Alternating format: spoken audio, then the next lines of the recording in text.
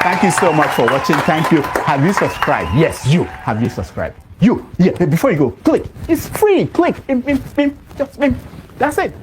Have you subscribed? You're laughing. Have you subscribed? Have you subscribed? Thank you. Thank you. Thank you. Hey, madam. Thank you so much. I can see you. I can see you. We have to get to 100,000 subscribers. This by the end of the year. How are we going to do that if you don't subscribe? Yes, you. Yes, you're about to click off. Why? Have you subscribed? It's free. If you don't, ask your son, ask your daughter how to. Just one click. Thank you. Thank you. I see you. Aha. Thank you very much. Thank you very much. I'll see you tomorrow. Uncle, right? I have the right to address you the way I like. You don't know what she already did to me. So learn to control your emotion, right? That is the only thing I'm going to tell you. But if you don't want to control your emotion and you insult me here, I'm going to insult you 100%. Okay. You understand? You cannot insult me on a normal ground. Physically, you can't insult me, right? I will treat you like a child. If you insult me physically, I will handle you like a child. I don't care your age. You understand? You are powerful over the camera, so you can say whatever you want to say, but you can't yet say it to me physically. You understand? I will handle you like a kid. Can we arrange the meeting ground? Can we arrange the meeting ground? So learn to control your emotion. You understand? Please don't take him out. I also have a right to respond because you mentioned my name. There's no need to take him out. All you have to do is to meet them or something. And you're taking too long to admonish them. Comment. What did you say? Comment. I know, but he mentioned my name, so I'm asking to respond to him. When he gets to your time, no. He mentioned my name. If you want to make it rowdy, I will take you out. Take me out, you son of a bitch. Take me out. You think you're a big boy because you're moderating. Take him out, please. Hello, come on, don't use such word now.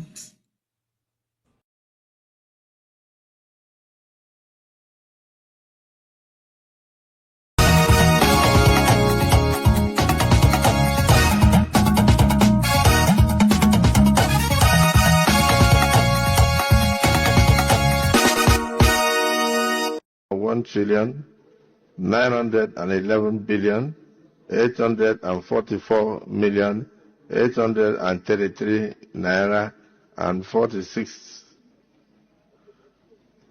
I'll take that again. 1,911,844,000,000. This money is too much for me.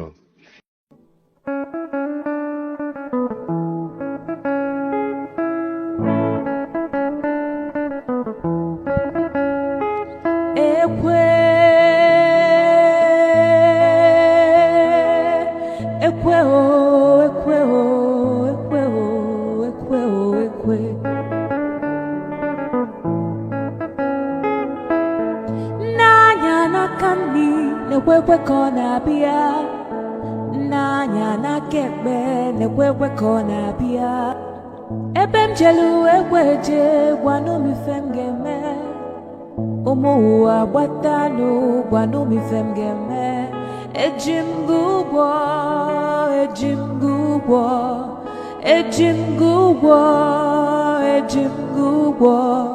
ekwe mbadike ekwe mbadike ekwe anokwa mbeme ijelobia iwe bụ akpa ego ebia iwe dokwasị m n'ụkwụ iwe na yom weju iwe na-ebe akwa ị na-ebe akwa onye na-eti gị ekwe mgbadike ekwe onye ibe m na-ewe iwe nya biko wee gbuo ya ọsụkọsụ nwamkpi nya biko sugbuo ya onye ibe m na-ewe iwe nya biko wee gbuo ya Osukosu wampinya because uboya silence.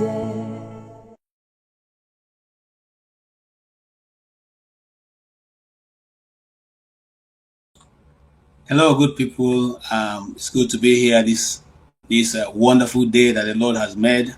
I hope the day is good. It's treating you well wherever you are watching us from.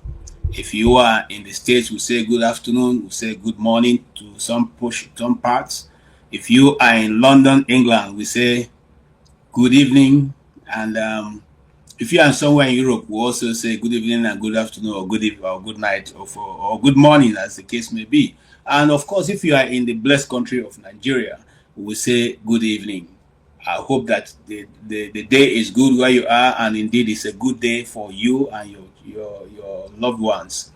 Today we come on a not very happy mood. As you can see, I'm not in my regular. But we will discuss and see how we can all be able to chew and understand where we are, why the purpose of this meeting is, and then find a way to go forward. We are particularly going to be dedicating this broadcast to what is going on right now around the globe. I think it's become a news that every channel is carrying on the happenings in Finland. And I have an ample videos here, and of course with the help of those of you also will be coming on to the stream to give us their understanding of what this judgment may be or what it looks like to you. And so today it's going to be good. I promise you, we are going to understand is what we are seeing right now. Is it another conspiracy, or does it look like it's something like a conspiracy of the international community, or is it that the judgment that has been handed down is really what it's supposed to be? And of course, what is the way forward for Mazi Simon Ekpa? But one of the things I want to say is that some people are lumping it together. They are using it to draw an analogy between Simon Ekpa and the IPOB. I think Simon Ekpa and the IPOB are different entities, and we're going to discuss and try to draw a line there. And also, I watched several media this morning since the news broke, and I see that certain people are trying to make whatever is going wrong in the Southeast as that which is being led by Simon Ekpa. I totally and absolutely refuse to agree with that. And if you want to find fault in what I'm saying, you could go to the book published, or even to the publications of Chidodin Kanu, who is a professor of law, and he did an extensive research in those areas. He did them not by sitting in his office. He actually went to those places and collected data. I think his data can be trusted, and so you can use it as a reference point. Also, if you still have doubt of what is going on in the Southeast, and you think that this individual is the person who is manipulating everything there, I also want to go listen to Asare Dakobo. I'm not going to play his video today because we want to dwell on what we are discussing. But if you go and listen to his broadcast, you find out that he said, myself and the Nigerian army are fighting alongside in Imo State, and that is not a small statement. I didn't say so that tomorrow somebody said the videos are out there. I'm not manufacturing what I'm saying. The videos that he spoke are out there on how his boys are operating in the East, and the word he used is woto. So if you've been following this development like I have been, then you will find out that there are many actors in the Southeast. Some are politicians, some are militias, some are aggrieved members of terrorist organizations that have gone to the Southeast to make sure that it's not a place that people can dwell peacefully as it has always been. And those of us who are Igbos, we know that it is not anything. The Igbo culture does not allow you to spill blood.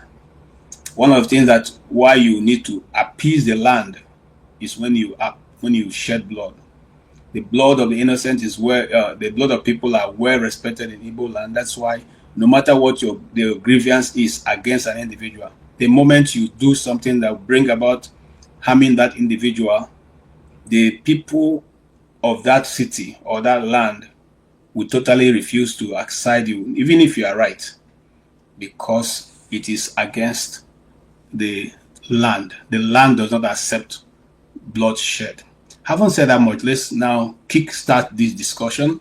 I'm going to invite people very early, and then I also have one or two videos to play. And for those people who are rejoicing that Simon Ekpa is going to prison, I'm going to play also a video for you of how the prison look like, just in case his other moves don't work. It's going to be a time for him to probably come out of prison and have a PhD, because it gives you enough time to study and to organize your life and make the best when you come out of it. So, ladies and gentlemen, I'd like to welcome you to this broadcast. I hope that all our people who support or do not support will be out there. Meanwhile, I want to say today that today is a public holiday in America, and those of us or those workers in America want to thank you for all your good work. We want to thank you no matter what your job is, whether you are the high networking individual, or you are the middle class networking individual, or you are the bottom of the actual working class individual. We want to say your working, your productivity, your hard work and dedication has kept America at the top of the most desired nation on earth. So you are doing a lot. I want to say thank you for very much. The teachers, the lecturers, the professors, you are all doing a wonderful job. The students that go to school every day, you are doing marvelously. The people who stroll the streets, the police officers, the immigration officer, whoever, whatever, where you are, the armed forces, the Marines as they are called, and all of you, the prison warders, and every single one of you are helping to make America great again. And I say to you, thank you. Thank you for your service. Thank you for your dedication. Thank you for all you do. Those of you who are in the health department, who are in charge and helping those elderly people who no longer can take care of themselves, and you have to help them to eat, to bathe, to do all kinds of stuff. We say thank you so much. What you are doing will not go unnoticed. Where man failed to see you, God is seeing your good work, and the angels are clapping for you. Well done, well done, well done. Having said that, let us dive into this real quickly, and we'll get people to come in almost immediately.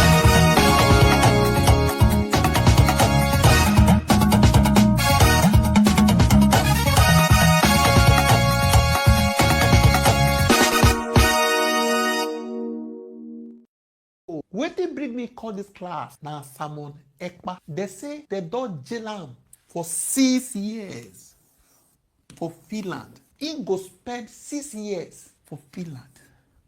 For this class, I go tell you everything. The news dey authentic. I went to different sites, read different stories about the arrest, the trial, everything. Now I wan tell you for this class. In case you dey doubt, make I show you. Before you go say I carry fake news, go to Google, put Simon Ekpa, go see say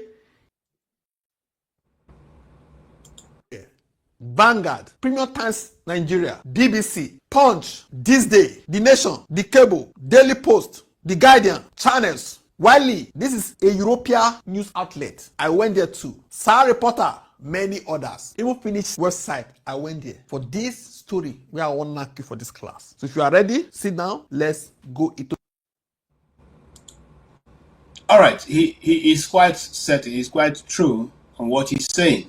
And the question is, the recent sentencing of Simon Ekpa to 6 years in prison by a Finnish court has sent shock waves across the globe, across separatist movements in around the world, and indeed in the Southeast and Nigeria. Okay, and so many people are asking the question, how be it that this came to this point? What are the evidences that were presented that brought this verdict to bear? Okay, and then of course They are also accusing, the courts are accusing Simon of not only aiding and abetting, but also running an armed faction of the group of his Autopilot group. I want to again say that it is not IPOB, it is the Autopilot. Remember that many years ago, Simon Ekpa decided to distinguish himself, or rather remove himself, or remove his organization from the IPOB group. So his own group is called the Autopilot. That's what he heads, and for which he is a self-styled Prime Minister of the Biafra Republic in exile. And people who has followed his broadcast know that he does not refer to himself as an IPOB member. Just in case, because I see Nigerian media, they are running wild, and those who have been looking for an opportunity to have a fling or a swing at the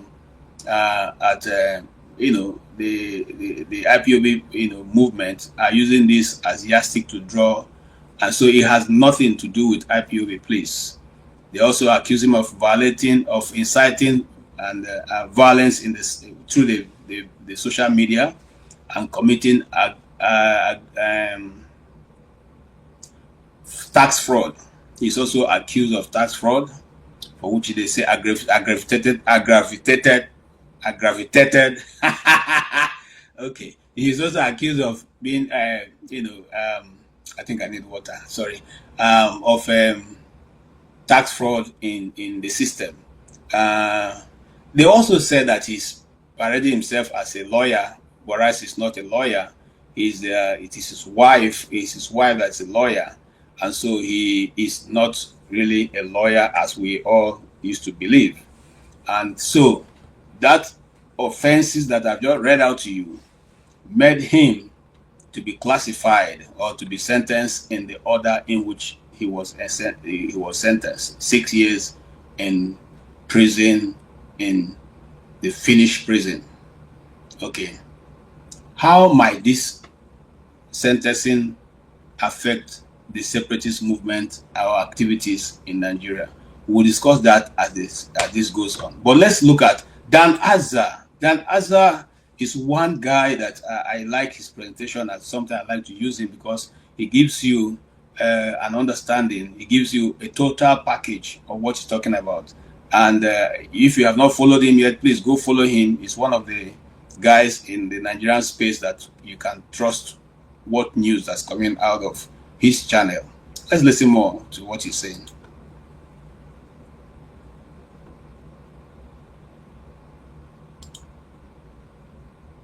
About the arrest, the trial, everything. Now I want to tell you for this class. In case they doubt, make us show you. Before you go say I carry fake news, go to Google, put Simon Ekpa, go see say the news there everywhere.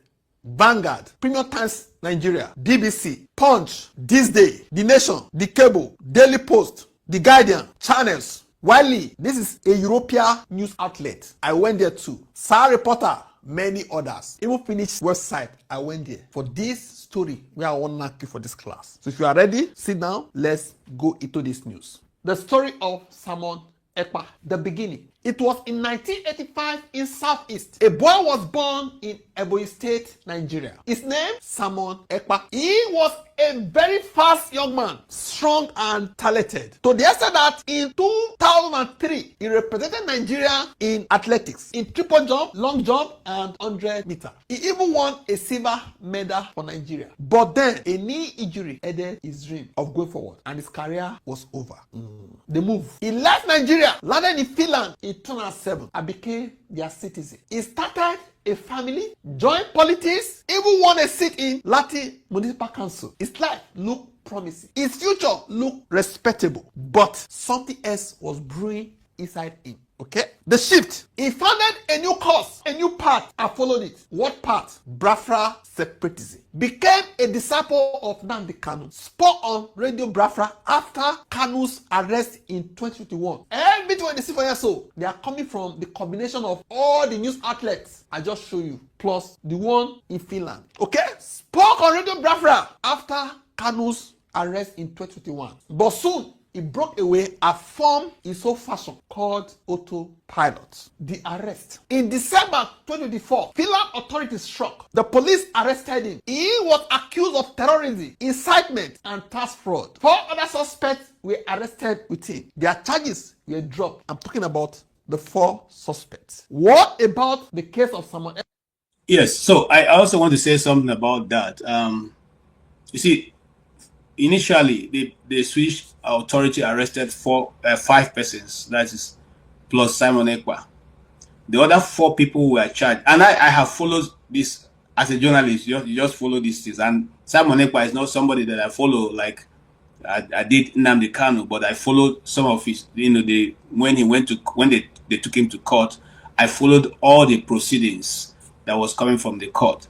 So the first thing that the court did was to find out how involved are the other 4 persons, because the government was accusing them of having financed the ongoing in the southeast, but they could not find any reasonable documents or connection between him and the rest of the what has been accused of, and so they were quite easily freed.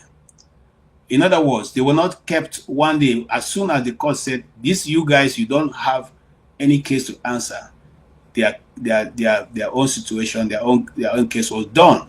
And that's what we have been saying about the ongoing in Nigeria. It doesn't matter whether it is Nnamdi Kanu or not. There are many other IPOB members around in Nigeria, languishing in many other prisons. And apart from IPOB members who can speak for some of them, the other people that are innocent, who do not have anybody to speak on their behalf, are all languishing also in different prisons in Nigeria.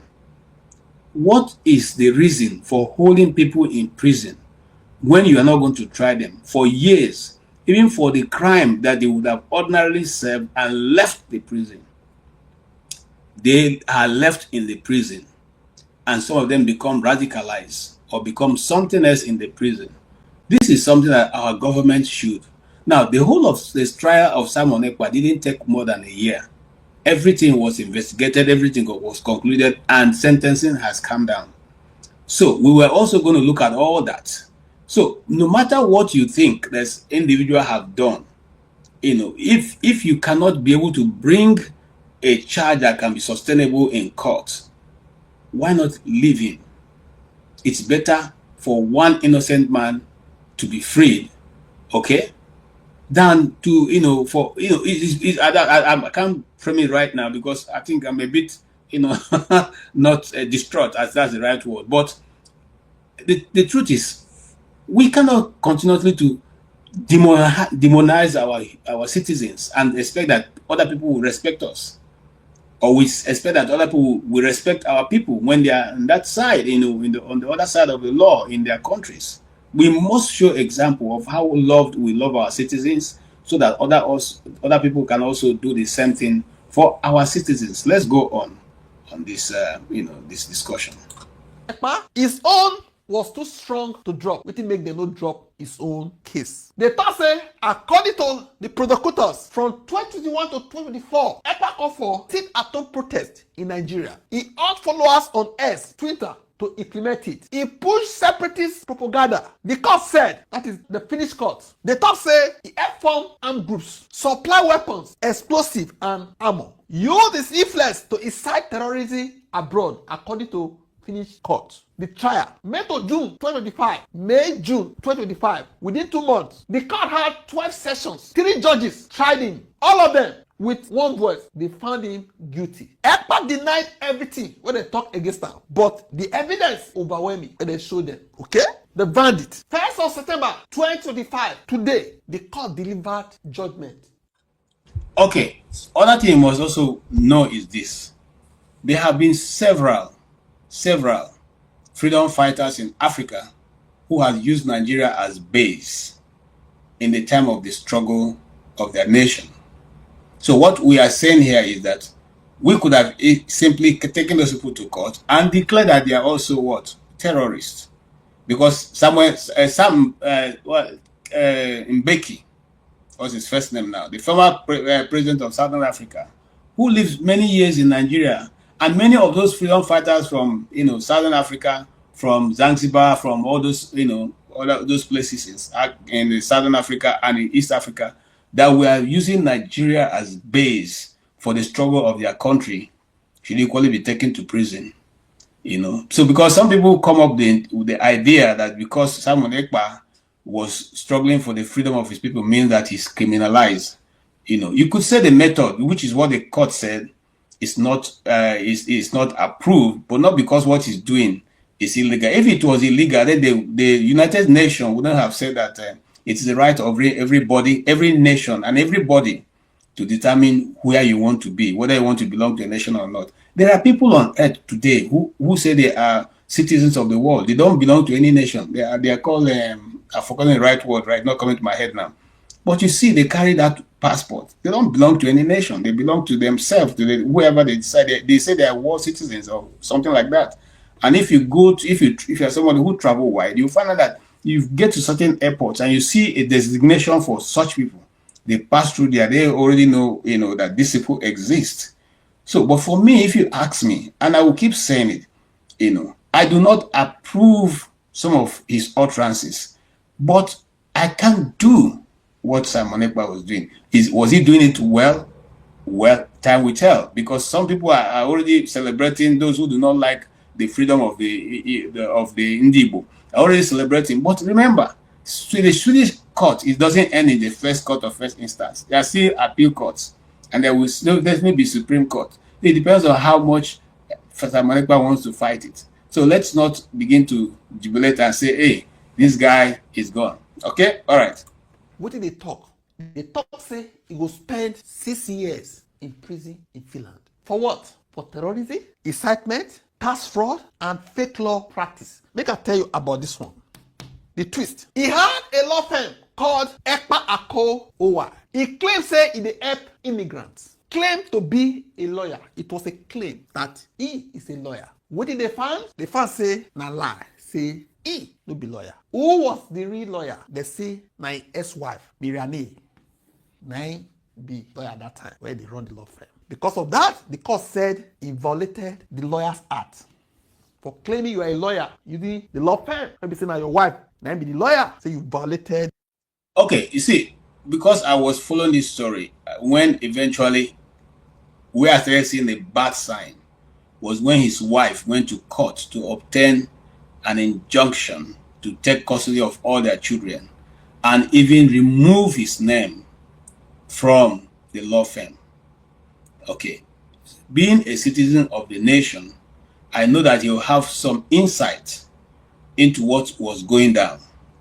Sweden is not very, the Swedish people are not, they are not very many. Okay, so it's easy for you to know what is going down. But I have to say this. Some people think we'll come here to do damage control for who? For who? If I was as brave as they are, I would be in Nigeria. Okay?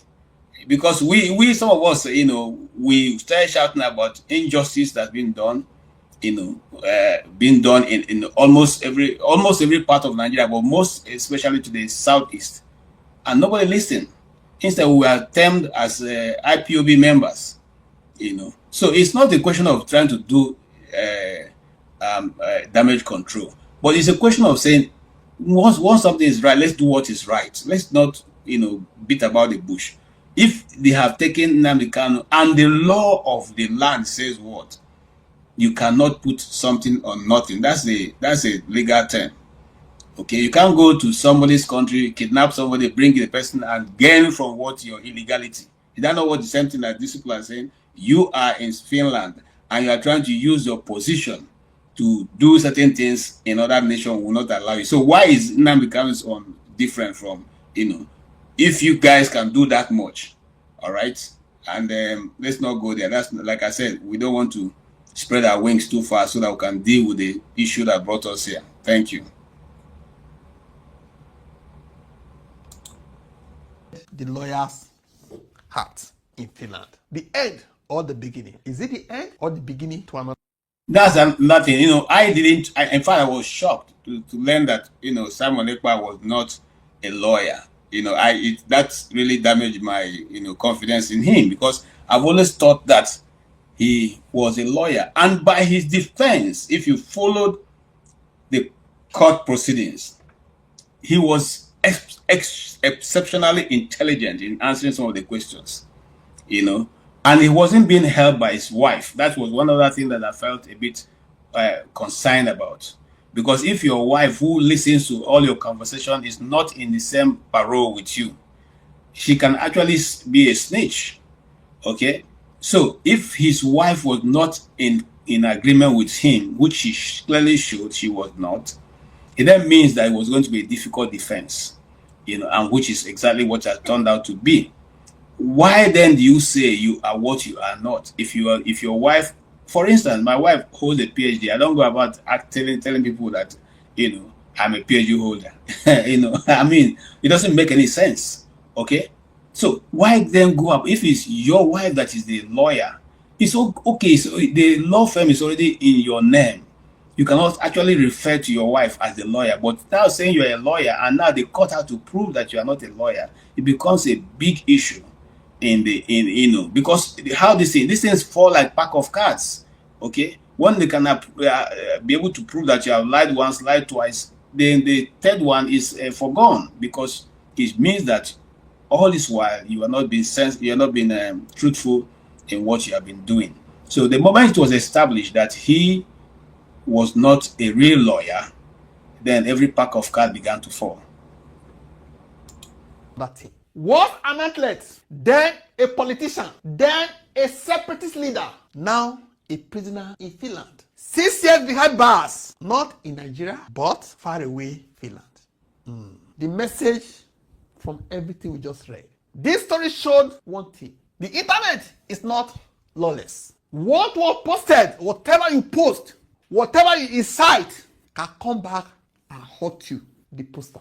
Okay? It can even come back to jail you. Another thing we must learn is the speed of this trial. Nigerian judiciary should learn from Finland how to hasty cases than letting them linger for ages. What do you think about this news? Say some Ekpa, they don't give him 6 years imprisonment for Finland. And so we see him. If you go read down by yourself, I join everything together to tell you the story of Simon Ekpa. So now, you don't see him, so what do you think? Drop it in the comment section. Don't forget to like, share, and subscribe.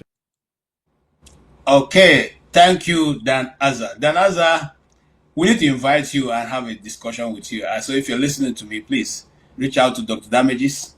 We would like to have a very robust discussion with you, because you make everything so simple and straightforward to those who want to learn.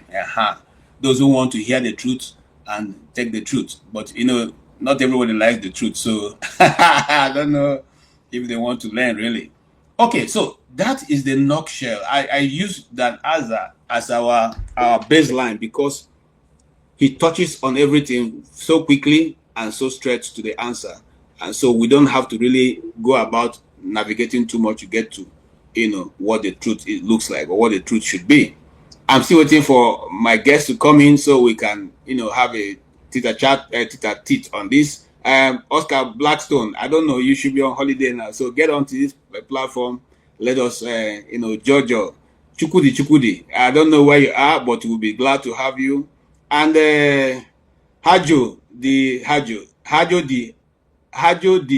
Diso, please, I know who you are, so you can equally get on, since you have a contrary opinion to what is going on. Please feel free to jump in and let's jaw. Let's jaw. This is big because a lot of people, someone has a large following, and because of that, I know that a lot of people will be interested. So let's discuss. Wherever you are, here comes my brother and friend, the public guy himself, and also my good brother and friend also.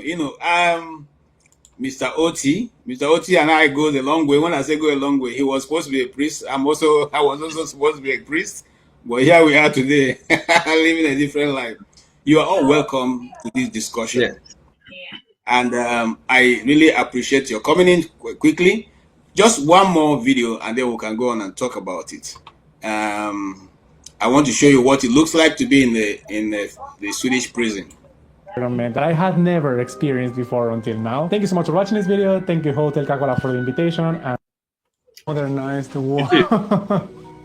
Oh my god. In this case, we have two beds. Originally, there was only one because of the isolating section. We have here some radio box. Here we have our toilet paper, but no one can steal it. No. Of course, we will have also a couple of hours to feel the sensation of this room. So probably the most shocking thing is that prisoners were allowed to have sauna. Only in Finland, definitely. Not having a toilet to poop, no, that's a bucket. And prisoners were able to go once a week to the saunas. This is pretty fancy, pretty nice. In 2007, this prison was decided to be closed because of the bad conditions of the building, the illegal activities, and the security that it was just in the center of the city. It has been 2 hours now. Solitary confinement starts now.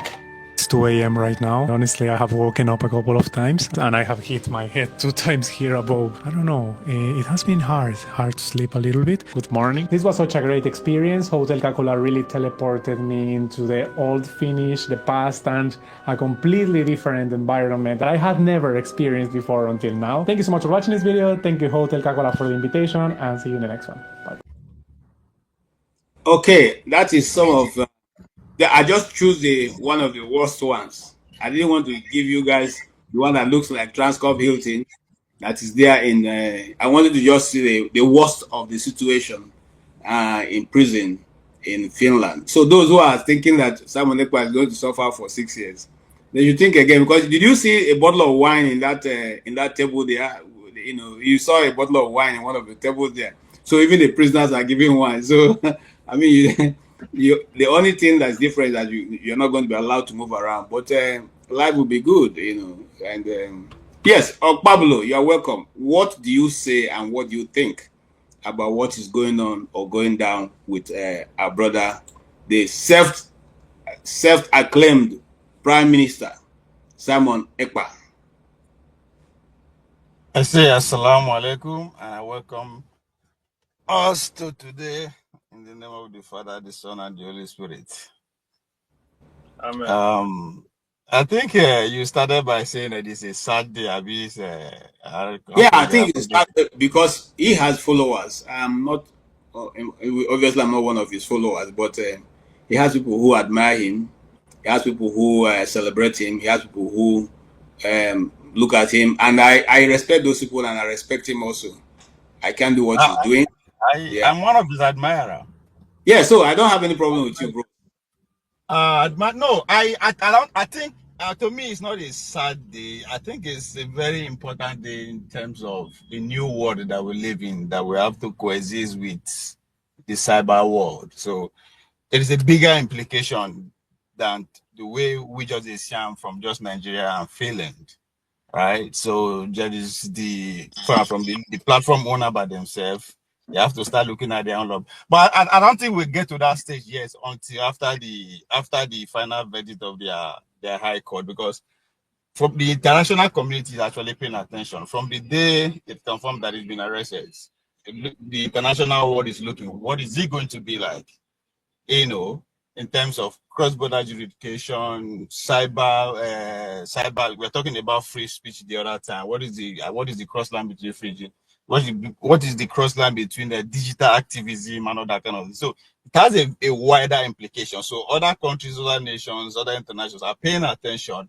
What is he going to be? Because he's going to set a precedent. I think he probably be the first person. I could be wrong, but I think he's the first person that is being charged. You're right.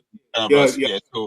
So it's more of it's going to be a bit more of a reference case for as long as the world that we live in today exists. So there's still more going on. So I'm looking at it from that angle. But again, when I read, especially follow the story from international media, one thing that keep occurring is the word Biafra.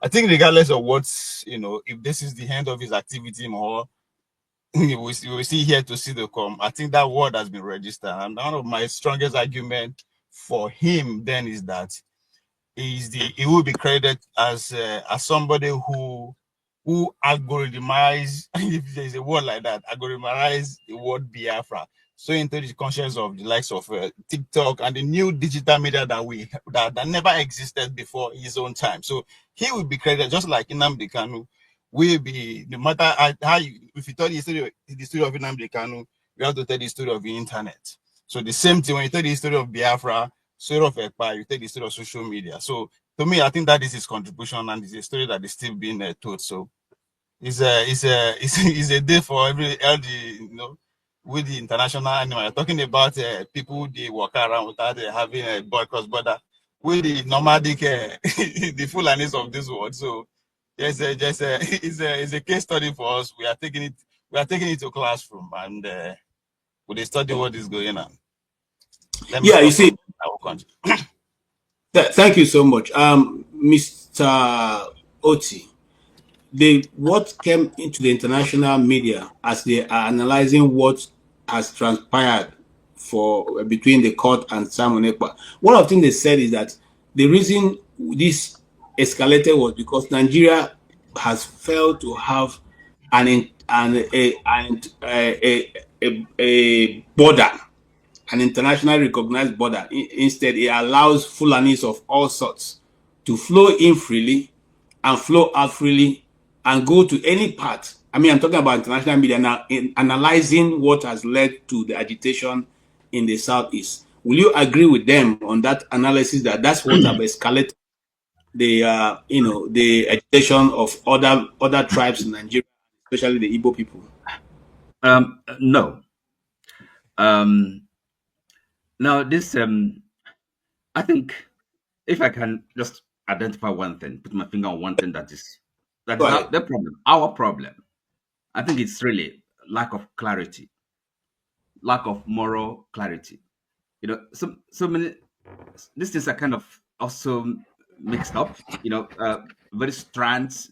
You know, it's complex, and really, we can really begin to analyze by perhaps identifying one aspect of it. Okay, now for one thing, well, KJ, when you were introducing this discussion, you did mention that you paid attention, you followed the trial of Mr. Simon Ekpa. Well, I mean, I didn't. For me, I have no reason to be interested in it, quite frankly. And then you appear to see him as a freedom fighter. I think that is a category mistake.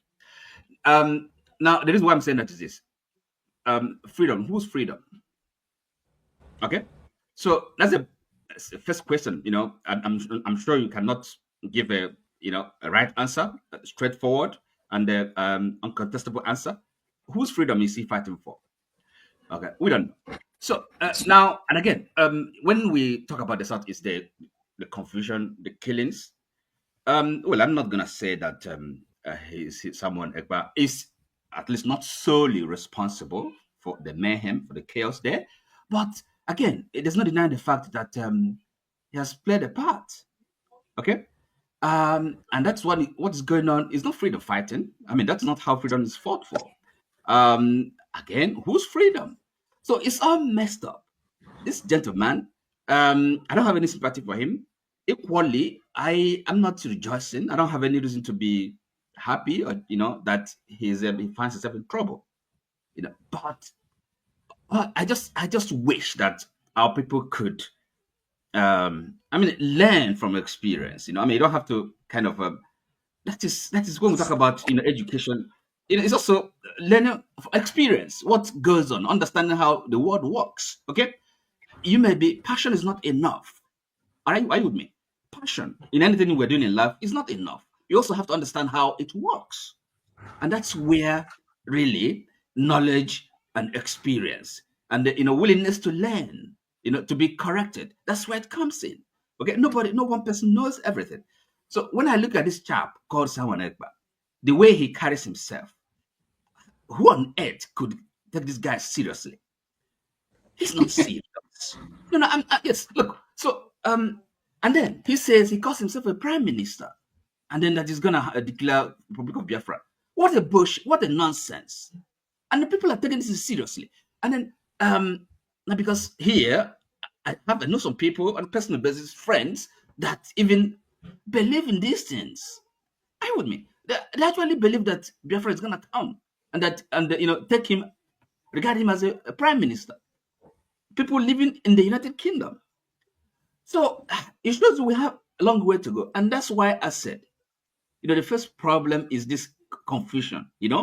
Lack of clarity, moral clarity. Everything is messed up. That's not how things work. So, so we have to begin to really listen, pay attention. Look, you know what is going on. You know what has happened. What has happened to us as a people. People that really should lead.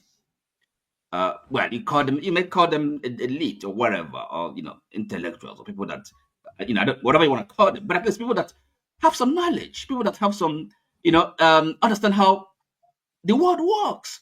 Everything has a system, and I'm not saying that we have to the status quo has to remain. We're not gonna change it. Myself, I'm a revolutionary in my thinking, radical, but again, you have to understand how these things work. You can just be doing anything and then you think there are no consequences. That's foolishness. Consequences will come, So, and then, as I said, somebody looks at this someone and they say he's a leader. What are his leadership qualities? No, tell me, what is it? Is it bravado? I mean, is that what you consider leadership quality? Is he knowledgeable? Okay, now we say he's been a pretender. He's saying he's a lawyer when he is not. What nonsense! And then you take this guy seriously. So please, Okay, so hold on your guns, Mr. Oti. We are coming. He said going to be a lively discussion. And yes, but I can take him seriously. No, it's okay. Okay, I can go on, but it's not that I don't. Yes, I'm coming to you. Before I come to revolution, I want to ask you one question. Like I said, okay, go ahead. Was there any national conference when the South Africans were fighting for apartheid? Was there any time Nelson Mandela or Thabo Mbeki or even the great Steve Biko? Okay.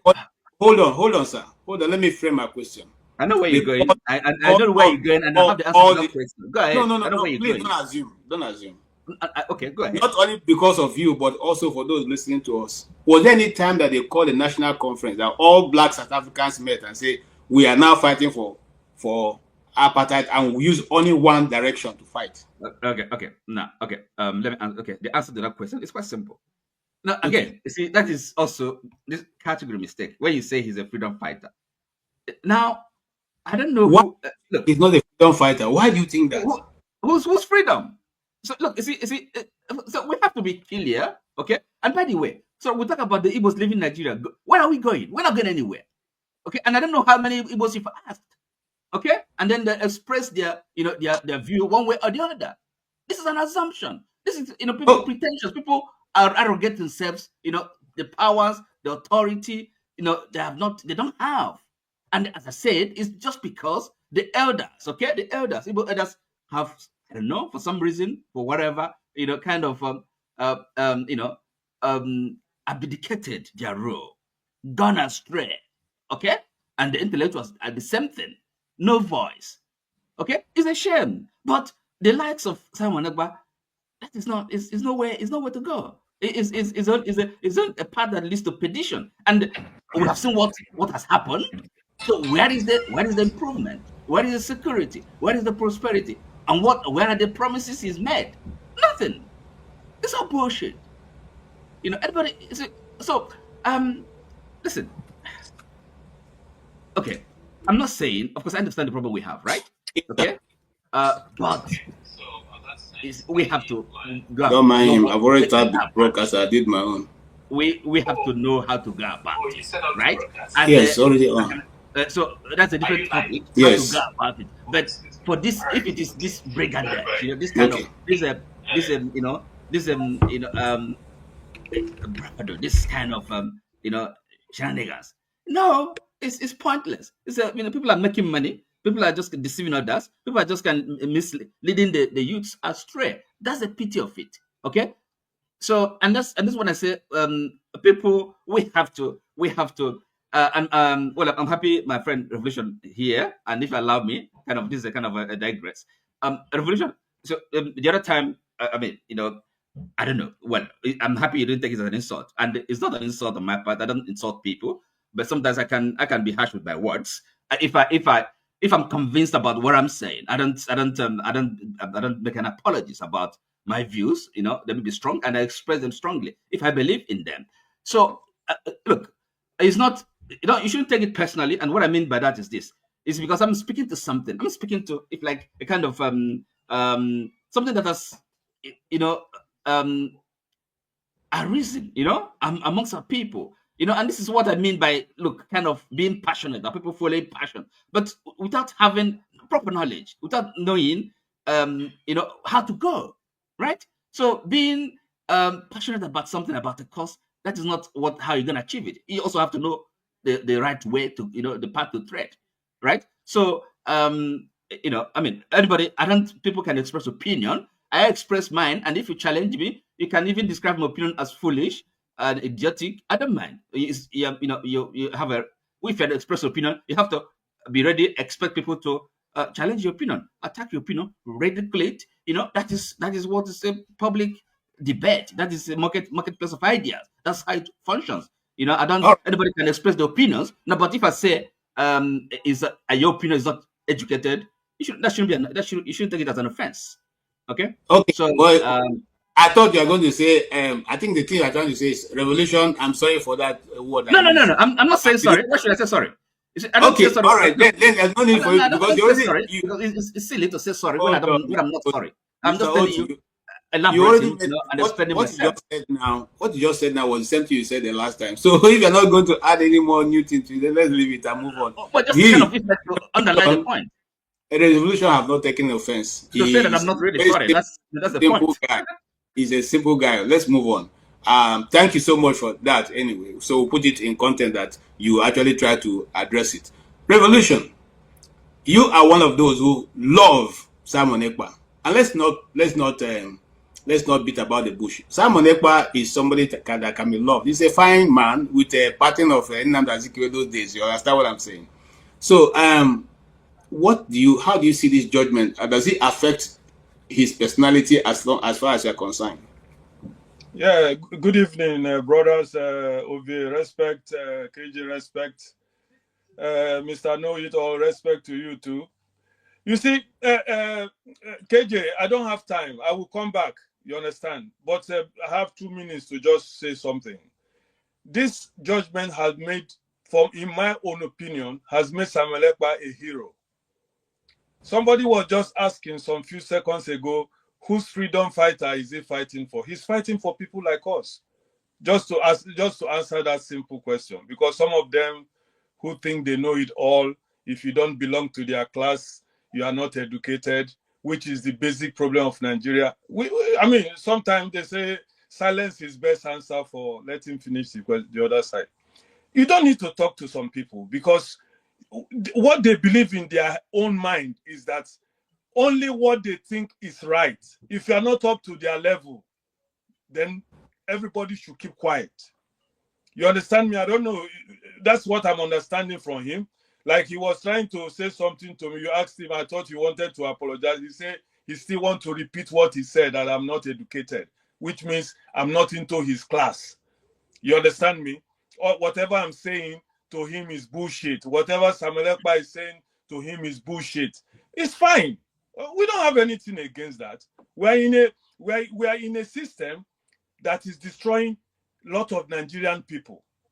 I'm not, for me as a person, I made it clear in this program, I don't want the division of Nigeria. It's not going to help us. But many Nigerians have believed, because of the way everything is going, the class system of Nigeria, like this, my brother there, talking as if he owns the world. He knows everything. So if we don't belong to his class, then we should be shut down. You understand me?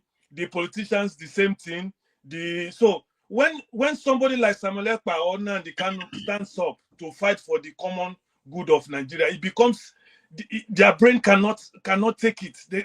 Who is he fighting for? Did he consult me? You know. So KJ, let me stop here and go and do something, and I will come back later when I have the time to really talk about this issue, because I have an issue to talk, but I don't have the time. But all right, I will look forward to hearing from you, because you are one of those who have said on this channel many times that you stand with Simon Ekpa. I'm not. 100%, bro. 100%. There's nothing wrong with that. And my brother Kenan is also one of those who also have expressed his opinion. And here is Okpobula, who has also expressed that opinion. And I want, yes, we'll talk to you later. I want Okpobula to answer this question for me. Oti asked a very pertinent question. He said, and I quote, "Who is Simon Ekpa fighting for?" Do you have an idea? Or is he a stranger, just a lonely, wild wolf running around, thinking that he has a pack of wolves with him? Ekpa could be fighting for his family, his own kids. He has kids. I think kids are what fighting for.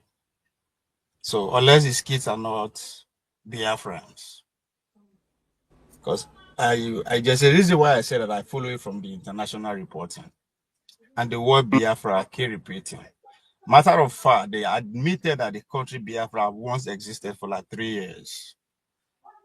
This is put out there by educated people, facts, scholars, not Agbero like us.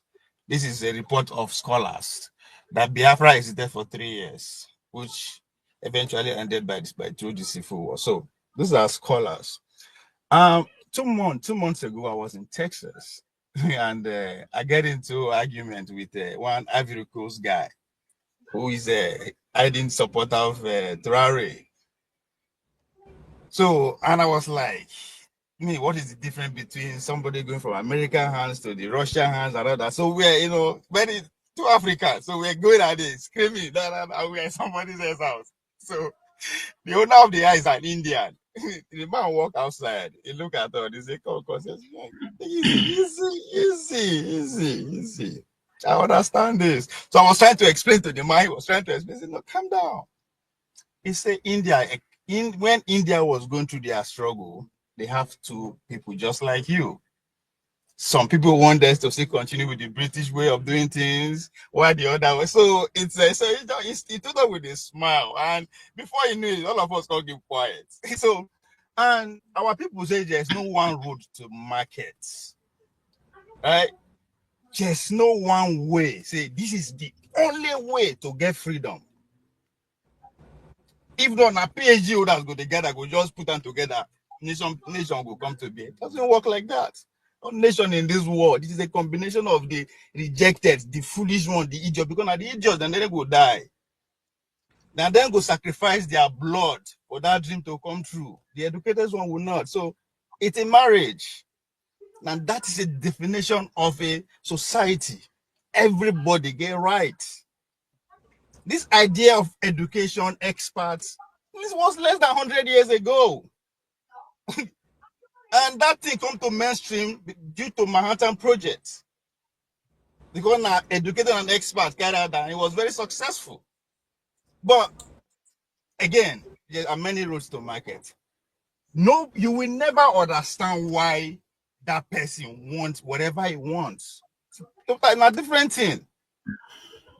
So the same, just as it would the Nigerians we have. KJ, am I allowed to interrupt? As long as very civil, we are still for now. No, look, I'm not civil. Look, I don't. Look, look, it's now the question really is this: the people, any freedom fighter, quote unquote, is fighting for. The people have to be with you. They have to follow you willingly, not by compulsion. Okay, not the threat of when their lives are threatened and the properties, and they are forced to behave in a certain way. You call that freedom fighting. So where is the grassroots, the mass following? And it's not there. It's up by force. And that's why all this, and we have arms everywhere, right? So, and they're talking about you're leading people. No. That's people don't want that. Nobody wants that. You go down to the village, to the grassroots, and find out what's going on. And then these people stay in Europe, in America, in Asia, these places, and then they're sponsoring these things, using the media, the internet, and they say it's freedom fighting. No, if you're a serious freedom fighter, you have to be on the ground. Get to the ground, talk to the people. Let's see how they welcome you. So what are we talking about? Thank you, Oti. But coming back to you before. Tony, you're welcome. I am glad that you are here.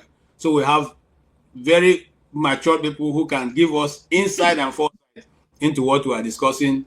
I welcome you. But let me go back to yes, Pablo. You heard what Oti said. Please, can you? I think that topic. Education, at least the one way I receive, teaches me that maturity has to put environment and decorum into consideration. There's a rules that we state here. Talk your own. The idea we keep going personal is because we interject to just make points that is already out there. Education says allow a grown man to finish his point, then you attack that point. The fact that you are getting one interject for not even I was just making a point, which is contrary to the point that has been made before. But again, we are talking about educated people should lead. And that's why I'm just putting that as a caveat. Oh, God. Now, the idea of a nation state, the idea of freedom is relative. But one thing is constant, is technology. The evolution of technology. If you don't acclimatize, if you don't use the modern technology to go with whatever, you'll be left behind. So the idea that we are using current technology to actually express how we feel regarding our freedom is nonsense because people are not on ground physically. But again, before they amalgamate Nigeria it took them almost over 300 years. They were with us from 1400 to 1914. So they were there. What am I trying to say? The journey of freedom is not a sprint, it's a marathon. It might not come to fruition in our lifetime. You don't have to understand what agitator is. It doesn't have to speak your language or dance to the tune that you understand. That's all right. Hold your thought. Hold your thought. Ovie, hold your thought. I like where you're going. I like that because sometimes people think this thing is a marathon. You know why people are afraid of Islam? Because Islam has 100 years plan. 100 years. 100. And the person who's starting it knows that he will not be around to complete it. But they believe in it. So let's do this one point. If revolution take the shape that you understand, it is not evolution. Yeah, it's control. And that's what happened in the Arab Spring, and today we don't have anything different from what it before it started. Let's go to Tony. Media, modern technology. That's what it is. Uzo, you're welcome. Let's go to Tony. I see you're driving Uzo. As soon as let me just make my let me make my comments. I can just keep on going. Let him make his comments since he's going Tony, to work. So go ahead. Go ahead. Please. I hope you. What's up? How you doing now? I hail everybody. As they be, as they hot. I just want to make one contribution from what is asking. Everyone know me. I'm not Mazi Simon supporter. And he said that too hard or anything. But something he said, I think some of his ideas and something he said. Sometimes he said something that is not good. The truth is fact. I said the other day, since he was arrested, the statistics already calmed down a little. It's not how it used to be anymore. Any statistician I will tell you that is the truth. And the other way around is that his arrest doesn't stop the agitation of Biafra. He's not the first person. He's not the second. He's not the top person. We have someone like who's educated. They have absorbed and control a large crowd. All right. He was arrested. These are other. Biafra still continue. All right. So for him asking who is he agitating for, who is he fighting for, he may not know. You may not know. I hear in Texas, he supports us. If you see kind of people that support him, you will sometimes you ask yourself, this is my uncle, does he know what he's doing? But that's the uncle that he said, you get the reason what you see that is supporting him. So everybody has their support, no matter good or bad. Even Jesus of Nazareth, all of us are Christians. Even as much as we believe that he's Messiah, some people see from his own brothers still tell you that he's not. He's a criminal. Why was he killed? They call him criminal to kill him. All right? He's from his own family. So for me, Mayaba has done his own part, and he has gone to jail for it. So if after all this he didn't go to jail, that means he just is not real. We all know that everybody that wants to stop anything, he must pay for it, either with their life or if he didn't like plan to go. If you do all this they allow you go. That means, guy, you're not even wanting to call anything. You're just nothing. So he has already started for his whatever he said. He may not say everything right. If he says everything right, that means it's wrong.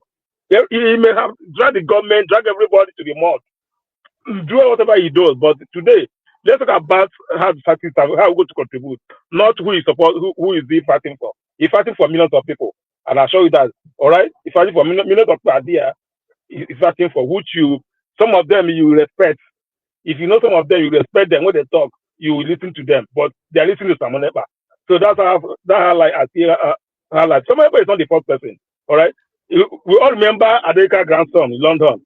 He was nothing he didn't say. He was also arrested. We'll talk about it. He's in prison for 5 years or 6 years now. So it's not the first person, all right, that have sent, that have been arrested, that have do that. But let us hold our thoughts. Let's not to condemn him, or everybody has the right to support whoever want to support.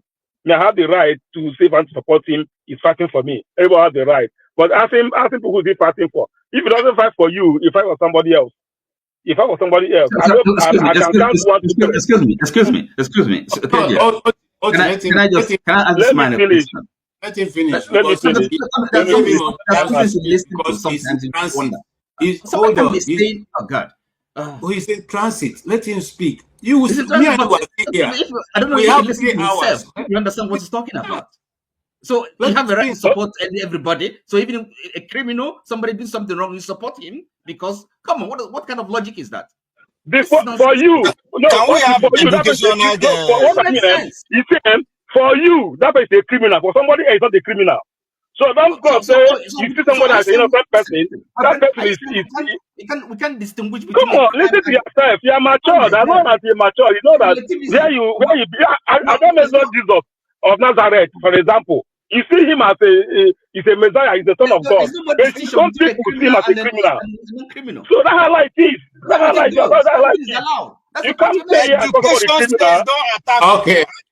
You don't want to what is the benefit of it? Not here you there here. No, not to go to the ground. You don't want education, not here you there here. Education. Leave that way they talk, my brother. So he may see someone as a criminal. Do you understand what he's saying?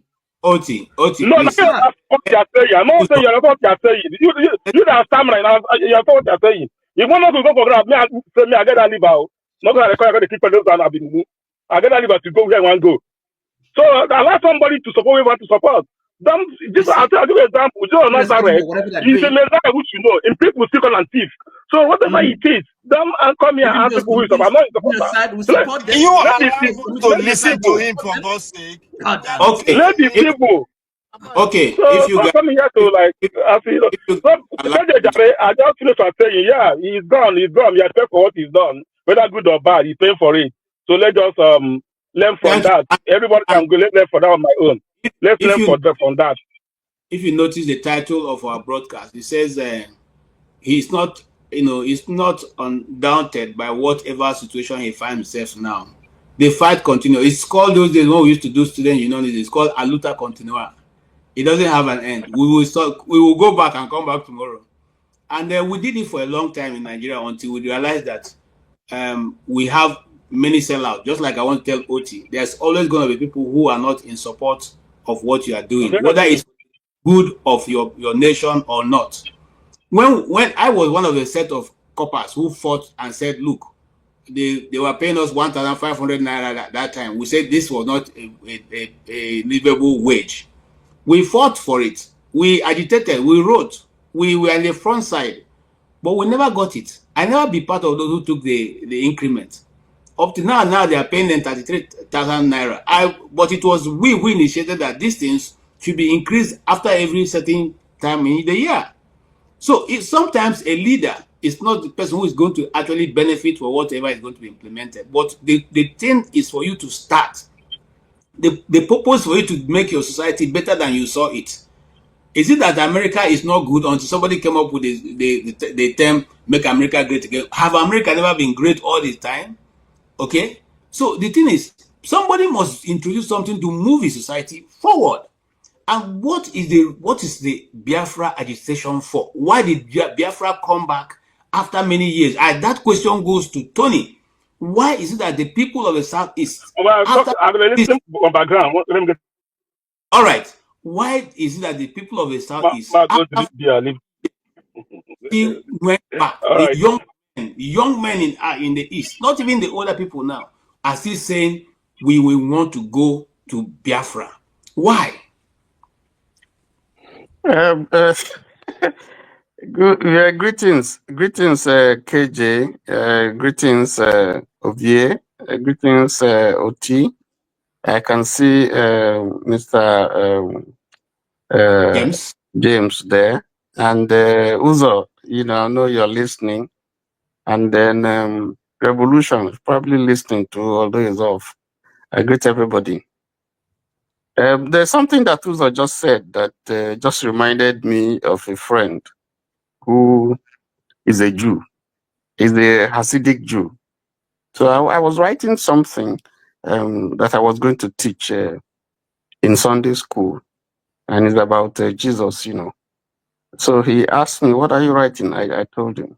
He said, "Oh, that guy is a rebel." So he's a rebel. I said, "Really?" He said, "Yes." Is that how you people view him? He said, "Yes, he's a rebel." I said, "But for me, he's the Messiah." He said, No. I shouldn't mention that where he is." So we just laughed over it. It's the same thing that some people see Ojukwu, and they still see him as a rebel. And some see him as a hero.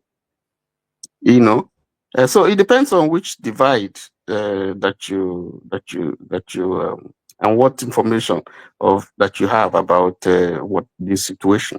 I think either side, Oti has his views, and I see the point that he's making, that he is entitled to disagree with the strategy. He may not disagree with the concept of Biafra, but he may disagree with the methodology and the fact that that person is representing him as a person, because, like he has always said, he's not consulted. So he has a right to say, "I don't believe in that struggle," or "I don't believe in, if I believe in the struggle, I don't believe in the methodology that is being used." And I think there are a lot of people who don't believe in the methods of Samuel Ekpa. If you look at it, it's more extreme than Nnamdi Kanu. Even Nnamdi Kanu, there are people who don't even believe in his strategy. But that's not saying that they don't believe in Biafra. There's a need. I can see a reason why people are agitating, are saying, particularly the young ones, are saying that this country from the Southeast, this country, and not even just people from the Southeast. There are even people who are not from the Southeast who feel that, these people have a right to say they don't belong. And if it can be established that there's the general consensus, and I underline that, if it can be established that the majority of the people from the Southeast say they don't want to belong to Nigeria, they have a reason, to so do, and the government should listen to them. And there are so many reasons why they can feel that way, because we know we've talked about so many times about marginalization of the Southeast. Yes, there are other sections of the country that are marginalized, but if you look at the case for the Igbos, you would see that every day you see signs, even from the central government, that they are treated like people who don't belong to Nigeria, who are not wanted.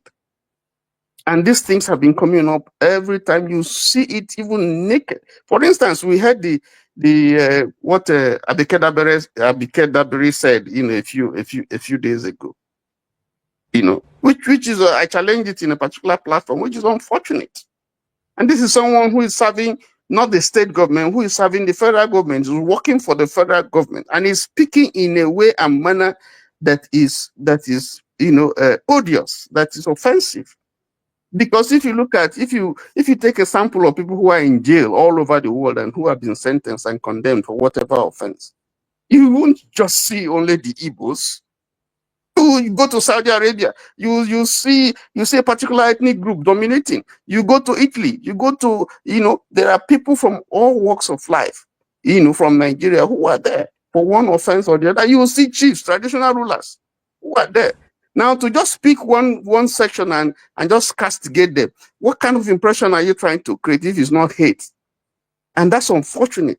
So when people begin to see this type of things and policies from government, from even presidents, you feel that, well, if you don't want me to vote, I cannot live free in the state, even though the constitution of the federal government, allows me to live freely and do my trade anywhere, and then every time people are always pointing there, they don't call me iPod, they say, I don't belong here, I don't have a right to vote, and so on and so forth. And you see policies that discriminate against, even from the structure of the states today. You still see glaringly that all I talked about it here.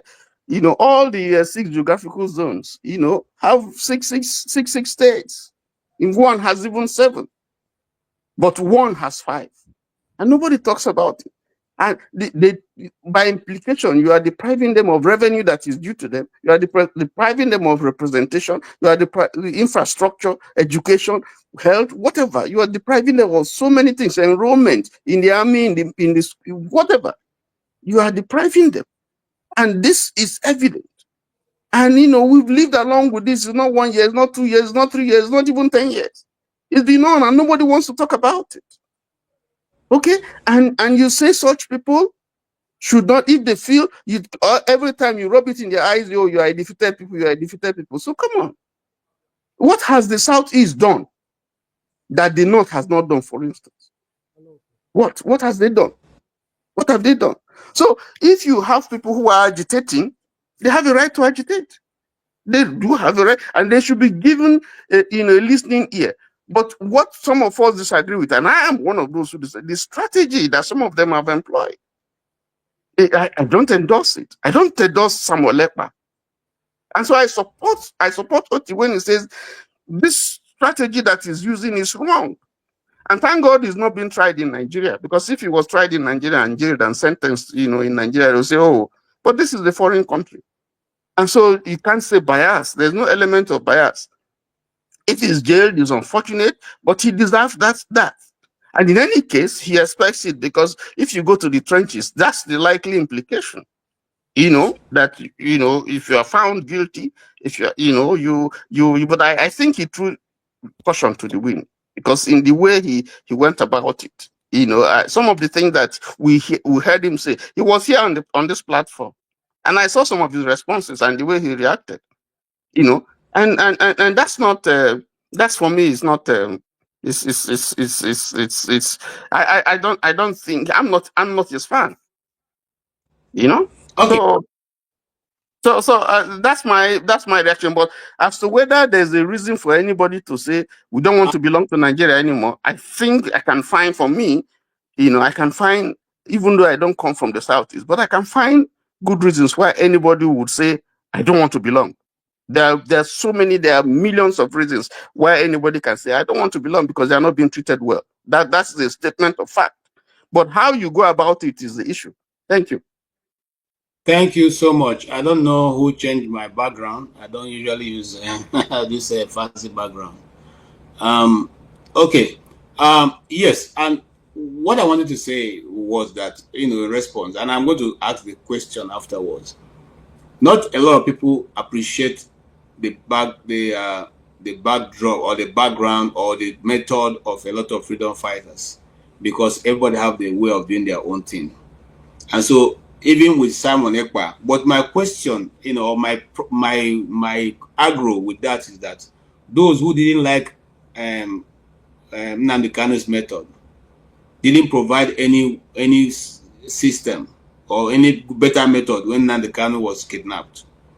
The kidnapping of Nnamdi Kanu is what brought about the rise of Simon Ekpa. And I want to make it clear here. Some people say Nnamdi Kanu called Simon Ekpa handed over, the Radio Biafra. No, that's not true. That's not true. I wish my friend Dr. Chidi will come online. If Chidi, if you are listening to us, we would like to hear your experience from there. Dr. Chidi runs the Worship Media in Canada, and he will tell his own story any day he chooses to. I will not say it to him for him. But the truth is, Simon Ekpa did his own thing and was doing his own thing, but that vacuum was created.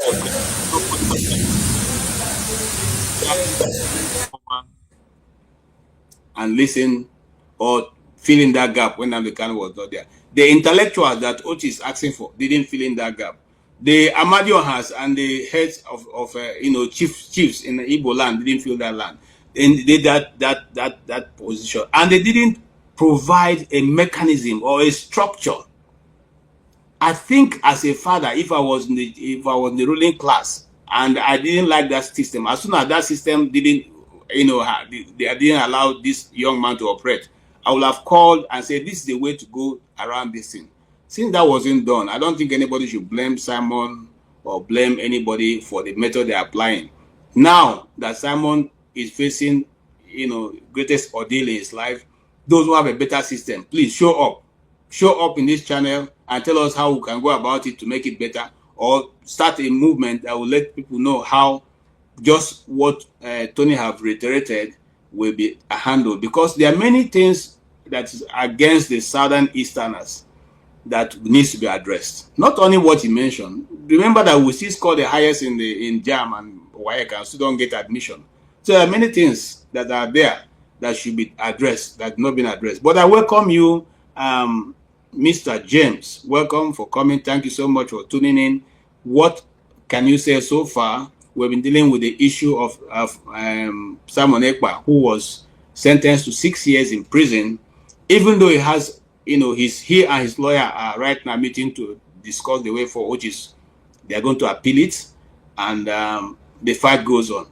So he has vowed to keep fighting, and I support him to keep fighting, because any society that don't have radicals is the dead society. That's what Babangida said. So please go ahead. We can hear you slightly, not very much. Can you hear me now? Yes, but it's not. It's raining heavily over here. Okay, we can hear you. Go ahead. Yeah, go ahead. I'm afraid the rain is so heavy that there's likely to be water shortage in heaven. Okay. Yes, I've been listening to the various gentlemen expressing their opinion about the issue. What I'm interested in actually is what I will still call the Eastern question. Some time ago, while we were discussing the Ghana issue, I used the phrase Eastern question, and some people were annoyed. Somebody even went as far as telling me not to take Panadol for another man's headache, that the matter does not concern me. Somebody mentioned something like that. Now, we should all be concerned, because although it is an Eastern problem, it is affecting the whole of Nigeria.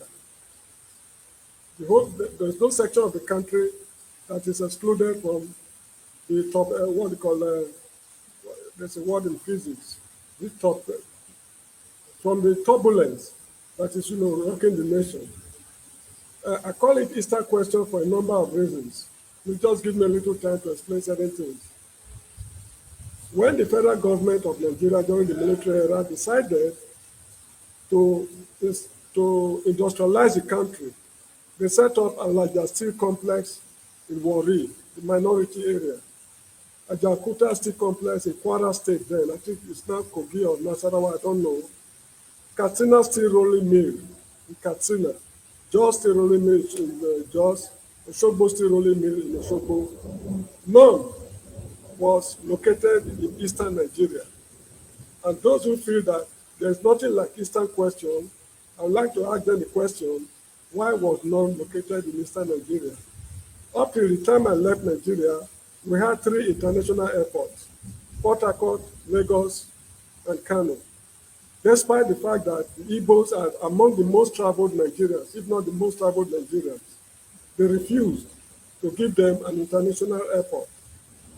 If those who believe it's not an Eastern question, they should tell me why it is not an Eastern question.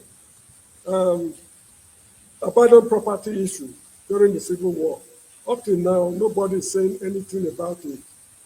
Those who believe it's not an Eastern question, they should tell me why it's not an Eastern question. The 3 arrows, reconciliation, rehabilitation, and something of Yakubu Gowon, no victor, no vanquish. How sincere has the federal government been? If it's not an Eastern question, somebody should tell me why it is not an Eastern question. Now, these issues we are dealing with, be it the Igbo King in Ghana, Simon Ekpa, and Nnamdi Kanu, somebody should tell me why these issues should not be Nigerian problems. The country is being tossed up and down on the political arena because of these problems the Easterners are grappling with. I've been of the opinion that if they are part of the country, we should address their problems. Just like we felt that the country was not industrialized, so we need steel structures to produce, steel billets and what have you, to industrialize the country. We should incorporate, there's no way you can detach them from the country and you want the country to be normal. That is one way I'm looking at it. Now, the ANC in South Africa, initially they did not believe in armed struggle. They believed in negotiation. Let us talk over it peacefully. Till it got to a point, they said no. Peaceful negotiation will not solve the problem. Please mind you, I'm not advocating violence. Now, when they agreed that peaceful negotiation will not solve the problem, they took to armed struggle. They all left the country, with the exception of Nelson Mandela, Winnie Madikizela Mandela, I think 1 or 2 other people who remain in the country. Thabo Mbeki, Jacob Zuma, Steve Chiwete, and you name it, they all left the country, roaming the world looking for assistance. So this is where Mr. Ovie's idea is resonating with me. To fight a modern liberation movement, you don't need to be located inside the country with the modern technology at our disposal. But again, fighting the Igbo cause, the way we are fighting it now, in what way will it benefit the entire country? That is what I'm interested in. What alternatives do we have? We, the educated people, we are not preferring solutions to these problems. I remember reading a book written by James Michina. The title is Space, why the Americans were planning to go to space. The man said that no matter how difficult a problem is, if reasonable men sit down to find a common ground, the problem can be solved. That was when they were working out the modalities on how to go to the moon, what no man has ever done. And actually, reasonable men sat down, they were able to find common ground, they solved the problems, and they were able to launch man on the moon in 1969. No matter how difficult this Igbo question is, this problem can be solved. But one thing I'm sensing is that the present ruling class the ruling class that fought for the independence in 1960 has metamorphosed into this present ruling class. This is one thing disturbing the country today. We need a new political dispensation. This present ruling class cannot take us anywhere. See the way they've been governing the country. Look at the parliament. Look at the military. This was not the military of Yakubu Gowon's era I knew while I was in Nigeria. Look at the judicial service. We now have what we call fond memories of Gani Fawehimi, Chief Rotimi Williams, Chike Ofodile, and other people. People of their types are no longer available. The country is plunging down the drain every day. So what should we do to move the country forward? I want to suggest something. Let me also look at it from the federal point of view. I've been seeing things from the eastern point of view before I suggest something. Since the Civil War ended, the Igbos, they seem to have secluded themselves in a way, to detach themselves from, let me say, the whole country in a way, not politically or, in doing things among themselves. Before you win a presidential election in Nigeria, you must team up with another ethnic group. No matter how clever or efficient, no matter how well organized you are. Before Buhari won, he teamed up with Bola Tinubu. Before Tinubu won, he teamed up with the North. Jonathan was a president by accident. And in fact, they were even trying to deny him the opportunity because he did not team up with anybody. So before the Igbos will get what they want, there is need for them to team up with one of the major ethnic groups. This is my own opinion. I might be wrong. If I'm wrong, there's no, okay, there's need for them to team up with a major ethnic group.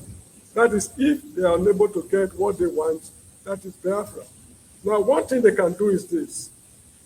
It's just suggestion. Whosoever is annoying, let him be annoying. I'm just suggesting. I'm not imposing it on anyone. When General J.T.U. Aguiyi-Ironsi was killed in 1966, he was to be killed somewhere I would not like to mention. But a prominent citizen of that state, or region rather, objected to it. So they left him, he left the state, and went to Western region. He was with Adekunle Fajuyi. He was a guest of Adekunle Fajuyi. That was where he was killed. If he had not gone to Western Nigeria, let's say he had gone to Northern Nigeria and he's trapped there, Fajuyi would not have died. Maybe he would have died another way, but not the way he died. I want to see that a Westerner laid down his life for an Igbo man. This man is my guest. For you to kill him, you just better take me along. And that was how the man died. Will it be wrong if the Igbos as a group, let's say the Bihanese, come up with a decision that at that place, I think they call it a Lodo or so, in the battle, we want to erect a monument, a remembrance statue to remember Adekunle Fajuyi and J.T.U. Aguiyi-Ironsi. These were people who laid down their lives for us. Let the past be, let bygone be bygone. Those kind of concrete moves. Let the Easterners take the lead. Let the Easterners take the lead to show to them that we are not hot. Like when this man's, what's it called, Peter Obi's brother's building was demolished in Lagos. The way the man handled it, I think I admire it so much. Now, from the look of things, it seems as if they've gone behind the scene to resolve the matter. The matter has not gone to court. So this kind of moves, if they continue for a long time, they will start yielding some fruits eventually. But again, we might not enter the promised land, according to Martin Luther King. But as a people, we'll surely get to the promised land. The Igbo should take concrete moves. And please let me just conclude something. When things happen to the coastal minorities that are culturally somehow affiliated with the Igbos, they should show concern. For example, there is emergency rule in Rivers State. They seem not to be too concerned about the whole show. You get the point I'm making? Kensaro Wiwa was executed. It was only this man, what's his name, Ganifawa Emi, who staged demonstration, was it in Lagos or in Ibadan? They didn't show any much concern. Recently, a girl was stripped naked at the international airport from Akwa Ibom State. They didn't show any concern. But when JAM result had a glitch, they took the matter very, very seriously. Of course, I'm not blaming them for taking it serious. But when things affect other people, even people who are very close to them, they seem not to show the kind of zeal they show if it had happened to them. So they should try to reach out. to other people. If you look up to the present crop of politicians in Nigeria to take us to the promised land, we will never see the promised land, let alone getting there. So that is all I have to say. And I want to thank the other panelists for giving me enough time without interruption to air my opinion. Thank you so much indeed. Thank you, Mr. James. You are itching to respond. well, yes. Even though it's not your turn. Okay, hold on. I don't talk a lot. I don't go on and on. Yes, look, James. Yes, you've spoken well, but there are some points I don't agree with you. First of all, I did correct. It's not Eastern question. It's Igbo question. Okay, I think it is well known, and I think we understand that there's an Igbo question, Igbo problem in Nigeria. So, and I think I've been quite consistent in my view here that things are not working. The only the divergence of views is really how do we go about it? How do we go about rectifying the situation? Okay, it's not by shooting oneself in the leg. It doesn't make sense. You have to understand the situation and then know the right steps to take to solve it. Nigeria has a problem. Nigeria, as presently, the way we are going, we don't have a country, if you ask me. And I think, some of us here on this forum have expressed that view. And I don't think it shouldn't be that debatable. It's not how a country is run. James, this is also your view, So what do we do? And it's not being arrogant or pretentious to say that without the Igbos in Nigeria can hardly exist, at least not in the form it is. Okay, so and what do we do? I don't maybe I can go on about my own if like personal activity or activities. But everyone has to get involved one way or the other, right? Because in the end, it has to be all our affairs. We can't leave it to any set crop of people. You call freedom fighters. No, it's so.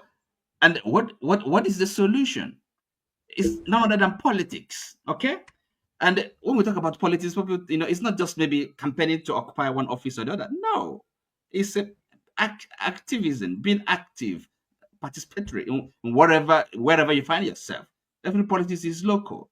You attend meetings, call it community organizations, association meetings, and then it can be political as well.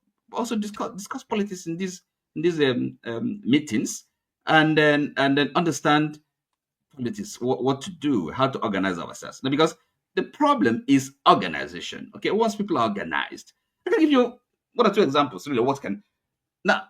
Let me be kind of concrete or illustrate my point. This thing, Nnamdi Kanu, for example, that's sitting, that is in jail. Are you telling me that this professional body called Nigerian Bar Association, if they are organized and are self-aware, and they say, look, this is because if the country as a professional body, they practice law, they're supposed to be officers in the Temple of Justice, and then they don't even have regard for rule of law, for justice. What law are they practicing? And everybody can see the glaring injustice. Okay, the misadministration of justice that's going on, right? So can they take a stand for justice, for the well-being of the country? And actually, so look, when I'm going to court, when I'm attending court, we walk out until. Are you with me? So that is the kind of politics I'm talking about. Participatory, civil society organizations. Everybody has to be involved in this. Okay, now, and for starters, Nigeria, time has come. Really, people have to sit down and discuss this question. It's not by force. Okay, so one group of people in the southeast killing themselves in the name of Biafra, that's not going anywhere. It hasn't served anybody. It hasn't produced any benefit for anybody. It has only caused chaos and wars. Okay, so we have seen it. The evidence is there. It doesn't matter what you can believe anything. And again, people have to. The idea that everything goes. We don't have. There's no difference between light and darkness. We can support anybody you want to support, and then come on, what kind of logic is this? It doesn't mean we cannot reason. Or have know what's our objective facts. Okay, or maybe you don't have a value of truth. Everything is kind of some kind of relativism. I don't understand. We should be able to look at things, look at situations, analyze them objectively, okay, and make and reasoned assessment. And it can just be acting for the sake of acting, without thinking, without understanding, without having a clear vision. Remember, I said from the start, lack of clarity, moral clarity. Okay, so it's part of the problem. And who are the people to kind of guide, lead? That's why the role of it's like elites. I'm not saying I'm one, but intellectuals. Anybody who has who has gone to college is educated. So everybody coming to this platform is educated. And if you want it's like they're giving themselves alibi when they say we're not. That's nonsense. If you can express yourself, even if it's pidgin English or whatever, you have left school, primary school, secondary school, you're educated. You can take part in the public debate, in the life of your community. Okay, so all these excuses, I don't buy it. And if if anybody's if it's aware of blackmailing people, cajoling people, no, I don't give into that. So all right, we have to understand what is going on. And James, sorry, it's not it's not kind of passing the buck to the Igbos. This is solve this problem and then solve the problem. No. So it has to be the problem of all Nigerians. Okay, if it is a Nigerian problem. Thank you. Okay, can I come in now? Go ahead. Yes. Pablo, you have heard what Mr. James said and the response that Mr. Oti has been able to canvass so far. One of the partner questions I will ask you while trying to answer this is, how could Simon's 6 years sentence change the struggle, the Biafran struggle? I don't want to say the IPOB struggle, but the Biafran struggle in the Southeast, and the vis-a-vis the struggle of the Amazonian people, the struggle of other ethnic nationalities around Africa and in the world, like the guys in Spain and other parts of the world that are struggling. The people, there's another tribe in I'm trying to remember their name now, in Afghanistan, that also struggling to have their own nation. How will this sentencing cause people to view separatists? No, I don't like the word separatist to an independent struggle of a people around the world. Okay, like you asked me like two questions. Let me respond to Mr. James, then I'll respond to that. Mr. James, I take three things out of what you said. Your submission. One, you said the current leaders cannot deliver anything. I totally agree with you. I am not even scared of those, the older guys now. I'm scared of those who are coming, the obese, the Kwonkosos, the Showores. I am more scared of those people. Then another thing, you talk about the question. I think the three questions you asked about why the airport, why we don't. I took it to be figures of speech. You are, in other words, you are asking it the other way around. You are actually putting it to the larger country. Why do we have all these obvious injustice structures all over the place? But the third one is where I kind of disagree with you. Not necessarily because what you said is not right, but because you are seeing it from one side, and that informs your conclusion. Now, this is what I mean. I think since the early 1600s, when the Dutch took over the world, human society, be predicated on two things: money and power.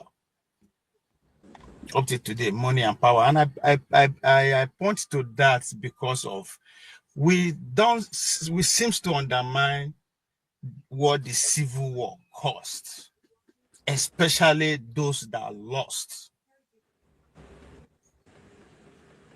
They were zero, like grounded to zero economically. Now, so the question again you should ask after that is, what is the probability that the fight is over? Because in human history, now you know they finish. Once you are defeated, we will make sure you remain defeated for life. In fact, the America has to actually occupy the South with the American the Union Army because what they fought for, they don't want to actually implement it, which is the freedom of the black people. They literally have to put military on ground for so many years. So the people that are lost, they will need money, not just money, more money to stand a chance. Because if you look, those who won the Civil War gave us the Constitution, gave us the political parties. Because if you understand the system we are playing, it is one spirit. So it's the same people who are still in charge. So if we ignore this obvious fact, then we are deceiving ourselves. Right? The idea that they're having 5 states, other people having 7 states, all these are the spirit of constitution. And the political system is based on that. So the Obi not finding a political party or not willing to find a party, know what he's doing. Because at the end of the day, the odd is against you. You are 2 points down. So there's a lot of obvious injustice in our political structure because that's what people don't understand. So the Civil War also was actually between the transformation of the parliamentary system, which is regional, which is where the Igbo man have a sway. So the idea of crushing them under presidential system, that's the genius of America. Because the people of America never have a say from day one to today. The whole point of their republic is to guide the few elite from the poor. That is what democracy is all about. When it say, is the majority have the sway? Yes, the majority of the people that are allowed to participate. Majority don't participate in primaries, even if they do direct primary. We see that. So all these things are not happening because of their foolishness or stupidity. No. The system is working exactly how they want it. As I said, it is a product of war that we are operating on, both the system and the government. So it is pretty much impossible that what you are asking to happen just like that. So their money don't add up. That's why you are seeing the people like Obi. And for the fact that they are old enough to vie for power, whatever that you are seeing today is the consequences, unfortunately. Now, people, they sponsor all these things that you are seeing. That's why the conversation between us and Tunaja was hectic the other day, because he refused to see what is happening underneath all these things. The amount of people who have acquired enough or weight enough to vie for that number one seat. I said it. When the amount of elite is outnumber the position that is available, what do you expect? Everybody go they pull mouse, go they pull power. It is a system that we are practicing, unfortunately, but maybe everybody understand them. So asking those questions, why there's no this, is still part of weapon of defeat. You want travel? You go come here first. Now we'll go collect your money tire before you go travel. If you come back, we'll go see. So all these things. That's why my argument is that we should stop telling these people they are stupid, they are ignorant, they don't know anything. No, no, they are the smartest among us. That's why they are winning. We feel disagree all we want, but our life depends on their policy. That is a fact nobody can deny. All of us scatter around the world because of what? Because of our political policies. Thank you. You see, that is thank you, Ovia. And I want to implication of Simon Ekpa. As I said, the world have more interest than just it's beyond Nigeria at this point. I think it's, as I said, he's the first person to be charged with that kind of law. So it's a case study all over the world. Everybody, it can only happen 2 ways, especially the world is going through changes, right? Either this is the way it's going to continue. Anybody that raises his mouth for any part of the world will be shut down just like that. Or if you succeed, until the war comes to peace again. Thank you. Law is set and they go ahead. Yeah. Thank you. I like what you say, and you know, Ovie has brought a lot into the conversation. If we are following, you know, one of the things that's brought into the conversation is the fact that he mentioned this earlier, but you know, we didn't follow up, which is that this is novel. This is the first time anybody around the world is being charged for what you said across the sovereignty of another country, and for it to be held to this so-called standard that they're trying to portray. So the question being, KJ, sorry. I'm coming to you. Okay. Just hold on. So the question being now, is it going to continue? That means if I'm here now and I say Tinubu Waka Shege Banker, then they can now hold me here and try me for causing the president, or are they going to, or is the Supreme Court of the Finland going to turn this, this thing that have been passed today? What do you think? And then that's also putting in mind what you wanted to say before. You can go ahead and answer. I welcome you, Father. I see you, and I will bring you in. Thank you. Go ahead, sir. Okay, is it me? No, you. Yes, go ahead. Yeah, I first of all, I wanted to correct something that you said, because this is not the first time that a Nigerian is being sentenced abroad for whatever treasonable felony or planning an insurrection. So via social media platform, because yes, there's the guy Okai. Yeah, because I wanted to say Henry Okai is in South Africa.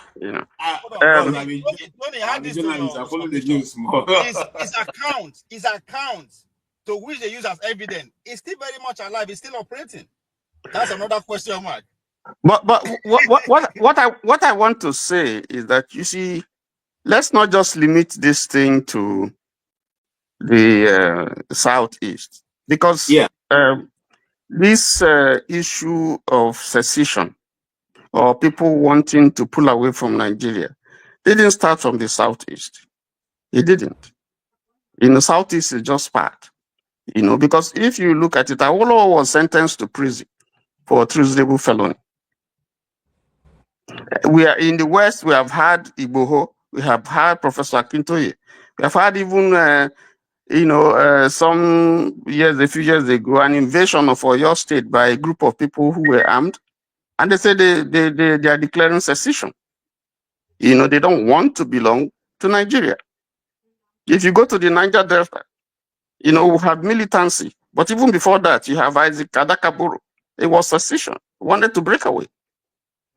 You go to the middle belt, you also see a similar situation, and even see a coup where one of the coups that we had against Babangida during the Babangida era, somebody said that he is splitting the country and divided the country. This people should go their way, this people should go their way, and so on and so forth. And then if you rewind and go back, the first threat of secession came from the north before independence, because Enahoro moved for independence in the late 50s.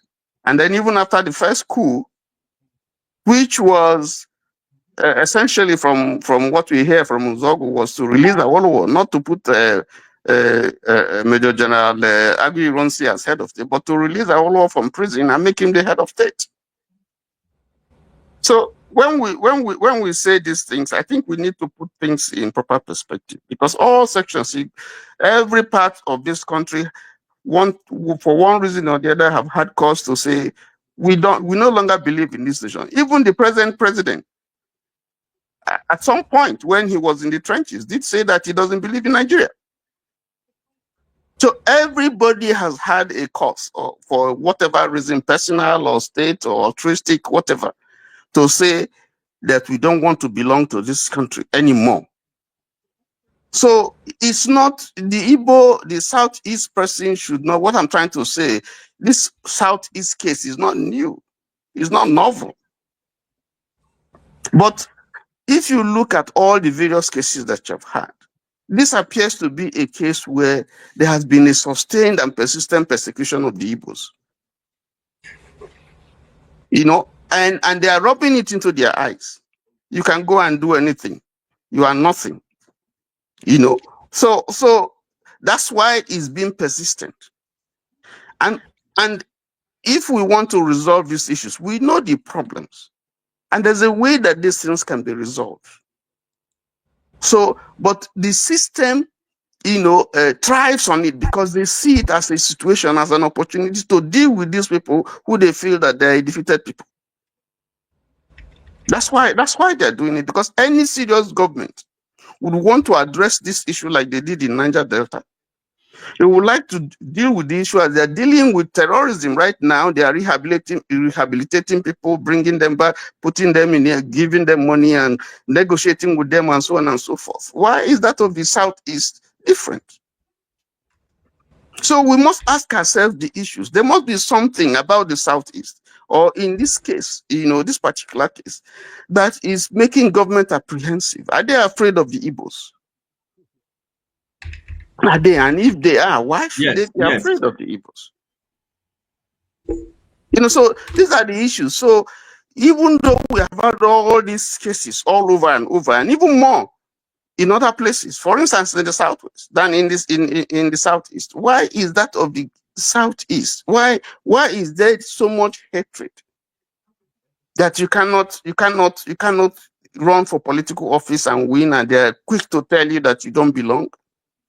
If you go to the military, you don't see your people there. You go to the police, you don't see your people there. You go to government offices, you know, even the present structure, you look at those who are service chiefs, who are, you know, in the various commissioners and so on and so forth. You just find a lopsided distribution of offices and privileges, even in terms of infrastructure. Sorry, Tony, please, could you address, and then what do we do as Igbos? So that's the question I'm more interested So in. the first thing I'm saying that the Igbos have a right to agitate. Straight away, they have a right. But the strategy is there are so many strategies you can use. Now, our politicians, our chiefs or Haneze, they have failed. That's why the youths are restive. They have failed. They are not pushing the issue. Apart from one or two people, they're not pushing the issue. So if you cannot, shouldn't we the people work harder at that? I mean, the ordinary Igbo people, right? Okay, you and I, right? Shouldn't we work harder to make it kind of if like engineer that properly? I agree. Even what we are discussing now is part of the process of trying to wake up to create awareness. Sorry, the reason why I'm saying this, you see, when you want to make your own progress, it's not just people allow you to speak. They allow you to speak. So allow you to also make their suggestion. If you want a comeback, you ask me. So because there are other people who are here, have not spoken. Allow him to make his point. He has been patient since. Allow him to make his point. You can always come back and, you know, say what you want to say, but let him make his point. Okay, we have time. We have one hour here. So please speak. He asked me a valid question. You know, I'm okay with the question that he asked. But let me just give it. One of the ways you can address this thing is political will. When Yaradua saw the problem in the Niger Delta and saw the approach that, you know, the governments before him have taken, you know, he had the option to continue in that way, but he said, no, we got to explore another option. And so he went for peace. It doesn't mean weakness. Now, what will the government lose, for instance, if the Attorney General, for instance, declares a nolli prosequi for a case that is very clear concerning Nnamdi Kanu? Because the Supreme Court had made declarations. Almost all the cases he has won. The man is innocent. Free him, give him bail. That you would see the effect. It's going to douse the tension, some of the tension that you have in the Southeast, because you want to address the problem. And then there will be no need for this militarization of the Southeast. There will be absolutely no need. All right, thank you. That's one point. Then two, the ills that you know, there are things we know that are not right, that make the people feel sad and feel that they don't belong. That, you know, just mere political declaration and so on. A lot of it is just by, you know, someone who is in the head saying, no, this thing should not happen again. No, give them this. No, give them that. Give them that. Some of those things will help douse the tension that you have. And then we can move it from there. They can't be solved in one day. But you could take steps to show that you are genuinely interested in making peace. But when you have a policy that shows that you are discriminating against some people, some sections of the country, while some others benefit, then that's a problem. All right. That's a problem. Thank you so much. And then for those who are asking, I'm coming to you, Revolution. When we started this program, we said that the court said that Simon Ekpa is not a lawyer, but his wife is. Consequently, in our introduction, we said that if his wife is a lawyer and he is not, maybe a paralegal, paralegal, what are paralegal? Those who learn how to write, help immigrants write their statements and all that, or their story or whatever it were. Those are paralegals. They are not really lawyers. So if you're a paralegal and you may have read law in Nigeria, but if you are not outside of Nigeria, you'll probably not be called a lawyer. You'll be called a paralegal because you have not gone through their legal system to learn their legal their school, their law school. So you cannot really refer to yourself as a lawyer. It's possible that he is a paralegal. It's possible. I don't know. But for the law, for the court, the judge, 3 judges to have said he lied on that issue, it means that they don't see him as qualified to practice law in Finland. That we made that, but we're not here to hide any facts. We laid out the facts right before we started. So if you want to know more of what we said, you could go back to the beginning of the broadcast to see it. Don't throw things into it and think that you're going to dissuade us, from whatever we're discussing.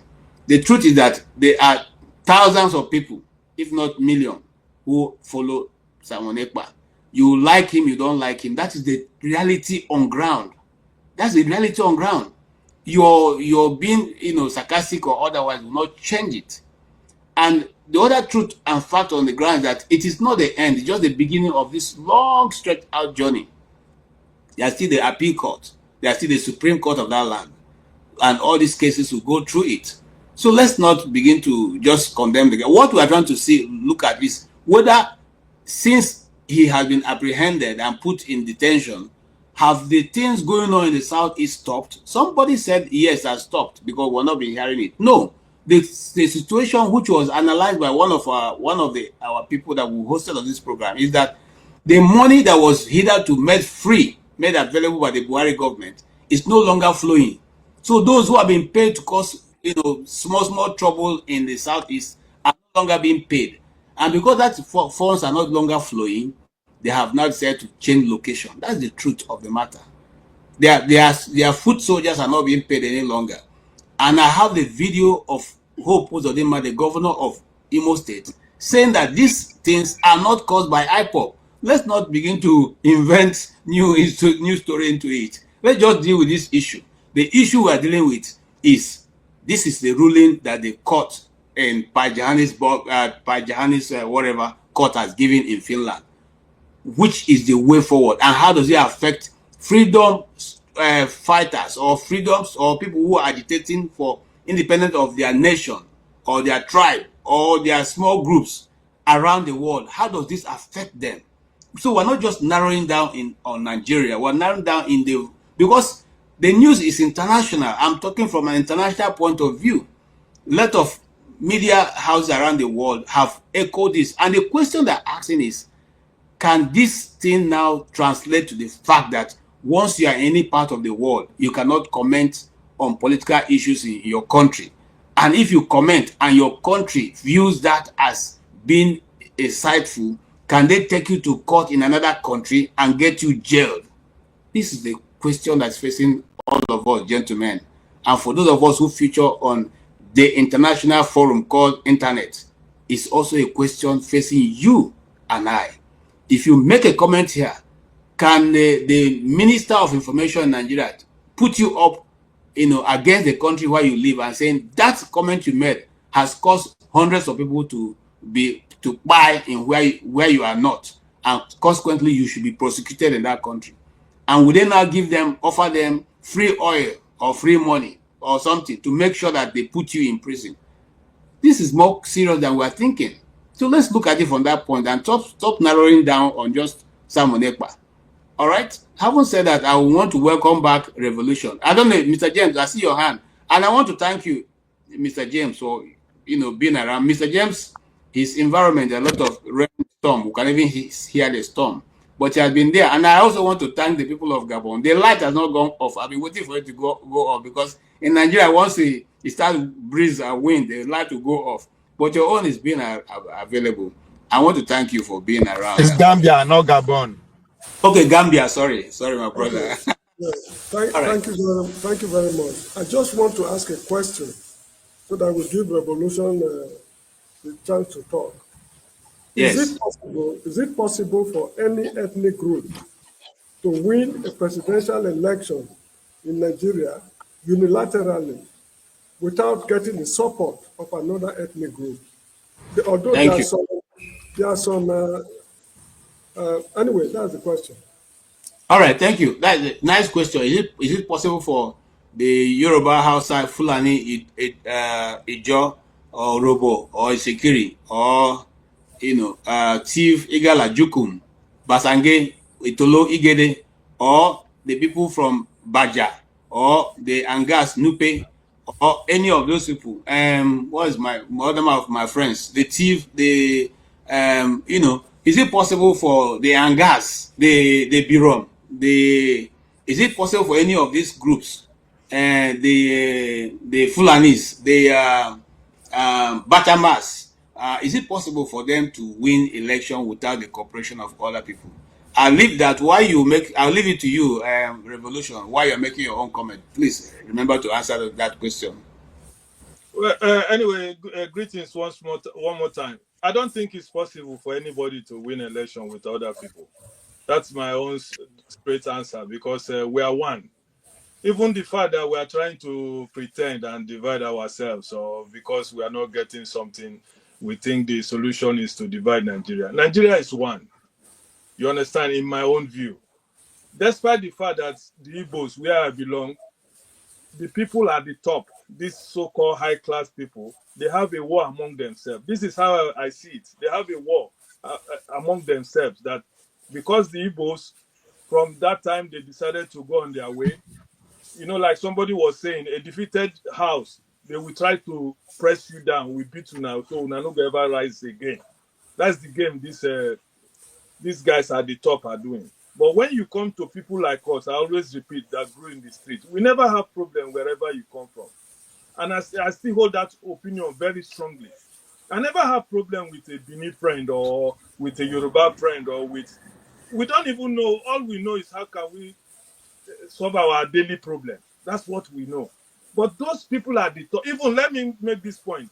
P2B, that they did not allow P2B to come into power when he won the election. It's not because he's an Igbo man.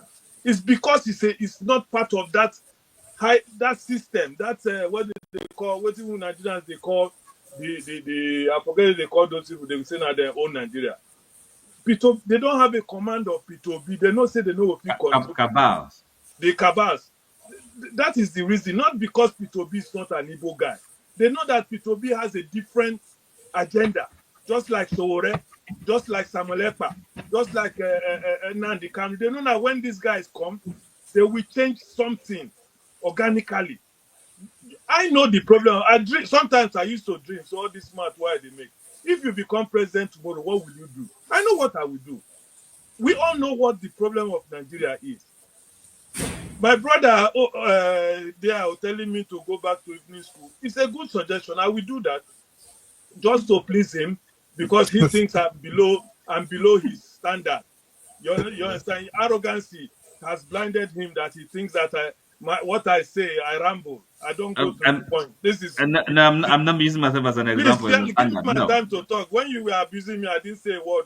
I was waiting for my time to reply you. So if you allow me to time, you can abuse me if you like. I don't abuse people. I don't fall into people's shoes. I don't know that. I'm so educated enough in my own level. You see, you're educated. You see, you're educated. So what I'm talking about? Yes, I'm not up to your class according to you. But what I'm trying to tell you, which class? Education what you mean? Let me excuse me, Mr. Otia. I know you are fond of interrupting people unnecessarily. Sometimes, not Because unnecessarily. all the time they've cautioned you here a few times, so it's not that I'm saying it. What I'm trying to tell you is that the problem of Nigeria is okay. The Igbos, I like what KJ just said, right? This question, he mentioned other ethnic groups. So if the Igbos think it's only them that are crying, the other ethnic groups that they don't even mention their name at all.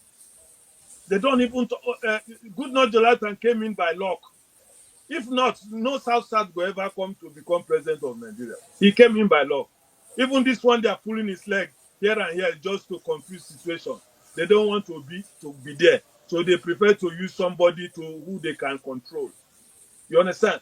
So for me to learn, because I don't like wasting time.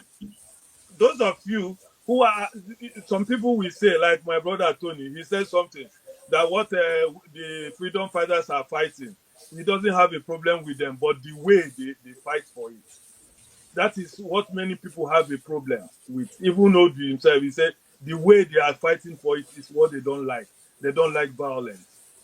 Let me tell you something. Somebody says, so where there is no peace, there's always a chance of violence, because you cannot fool all the people all the time. Somebody was telling me they want a Nigerian problem to be solved politically, for example, political process. But sometimes when I'm listening, they don't give me the next option. They say political. We have been to elections in this country, for crying out loud, many times. We will vote somebody in, those people at the top, they will truncate it and tell us that go to court. And then when tomorrow somebody like Shore stand up and tell us, let us do revolution, they are just allocating scores to people. They are just, you people will say Shore should grow up. Why could they talk so? But they told us to go and vote. We have voted. They refused to give our vote to count. Look at the ones they just did the other time, by election, local government election. People sat at home. People are tired of being deceived. So when a freedom fighter rises up tomorrow to say, okay, since they don't want them in their normal way, let us raise arms to fight these people, because they get in there, they're not doing anything, they just destroy the country, they tell us go and protest while we are eating, we don't do any, we don't react. Then people tell you, let us protest. When I say no, this guy, no, Nigeria is the only country we have. That is my headache sometimes. Because there must be a solution. Not just coming here to talk. Now, if Samuel Ekpa has been in prison, whether some people like it or not, some people will come here just talk. They say he deserves him right. If you are in the trenches, you must expect to go to prison. We all understand that. But what is who is winning? Is it the common people Samuel Ekpa is fighting for, or the people who left Nigeria? I know a lot of. I have one brother here. He says he's a professor. He's driving taxi. Sometimes when I see him, when we jam like this, he will be sleeping in his car. You understand me? I can't say all the school. Sometimes I will remember. The man used to remind me of Odi. I will say, okay, look him now. He learn all waiting. He learn. He come from Sweden. They drive taxi. They sleep. No customer. Then when Samuel Ekpa rise, say let us fight. When Sore rise, say let us fight. Una go they blame him. All right. AJ, All right. thank you for the time. I'm running again. Thank you Thank so you much. so much. Thank you so Good much. night, Look, gentlemen. Revolution, I like your contribution. Always come. We appreciate you here. I Okay? will be coming. Mr. Yeah. James, thank you, sir. We appreciate. Revolution, you and I have unfinished business. Evolution, you are putting my Revolution, uncle on blast. you and I All have right. unfinished business. All right. Yes, before we go on, I want to thank all of you for being here. I'm coming to Forefather. And I want to say also, please like this channel, share it. That's the only way. If you're not giving us money, at least share the channel so that other people can come. It's a place where we rub mind. We discuss topical issues that can change our nation if the government is listening. Sometimes we come here and put our views across, not because we are going to change Nigeria, but because we are hoping that those who are in position to listen and make a difference will take it and run with it. I'm planning to hold a program for only Abia people, and I will deal with certain issues that I think that if we apply in Abia, we can be our #1 state, just like we are Abia. So, having said that, I now bring in forefather, a man who has wealth of experience, both in and outside of Nigeria. Somebody before you came, I want to give you a expo forefather. They say you're living in one of the abandoned houses in you and your family. So, because of that, you may not be able to speak, truth to this, because people are benefiting from the abandoned property of the Igbos. I have given you that expo. I won't tell the person who said it, but you can go ahead and clear your father's name, because I know you're not living in abandoned property. But if you are, let us know, so we know that you're one of the enemies of the Igbos. You're welcome to the program. Thank you for having me, KJ. Thank you for hosting, and greetings to the panelists. It's true that I grew up in a property that was taken off an Igbo man in the. Okay. No, that's true. That's true in Port Harcourt.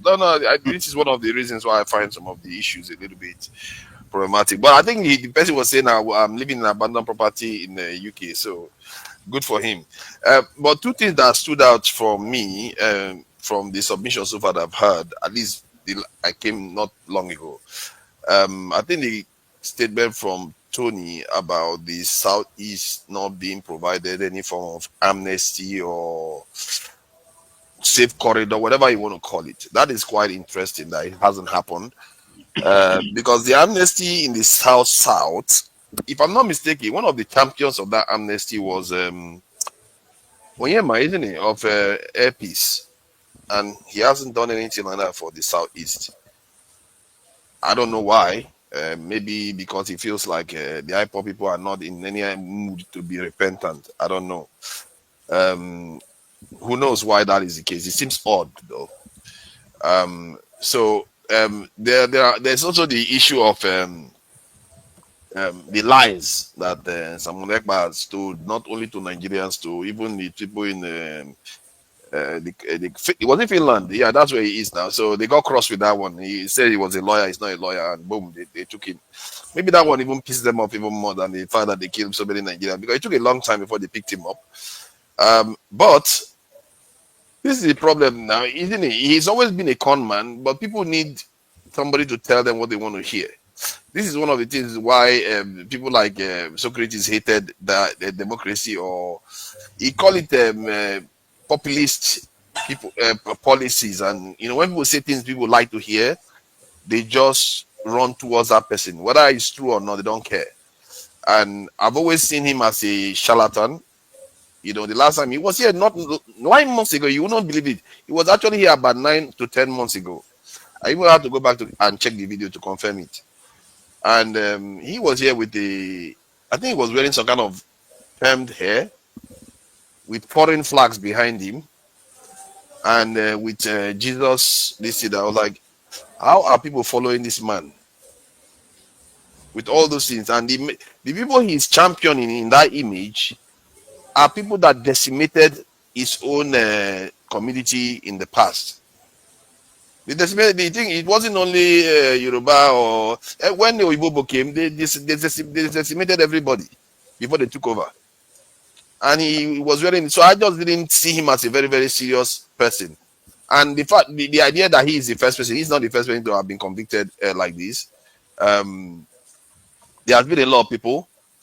And one other thing that also stood out to me is the fact that they arrested him in 2024, I think November, and he's been convicted today. In Nigeria, they arrested him in 2021. They have not finished the case today. It just tells you the way Nigeria justice system works. That's why nothing works in that country.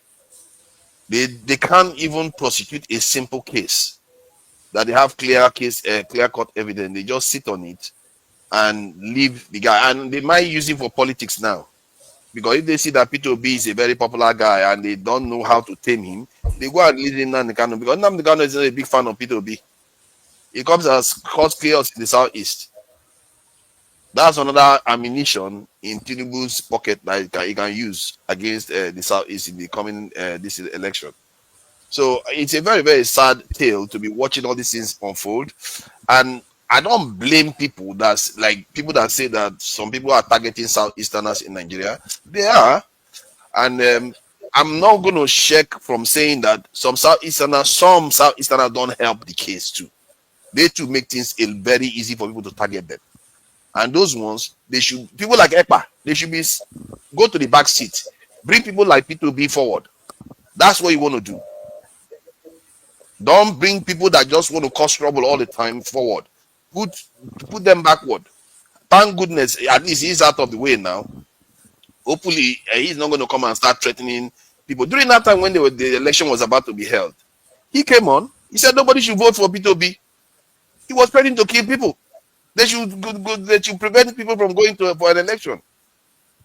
He was causing a lot of trouble, man. The guy was problematic, even for P2B, because whenever he shows up, he reminds people of that, and he affects P2B's popularity.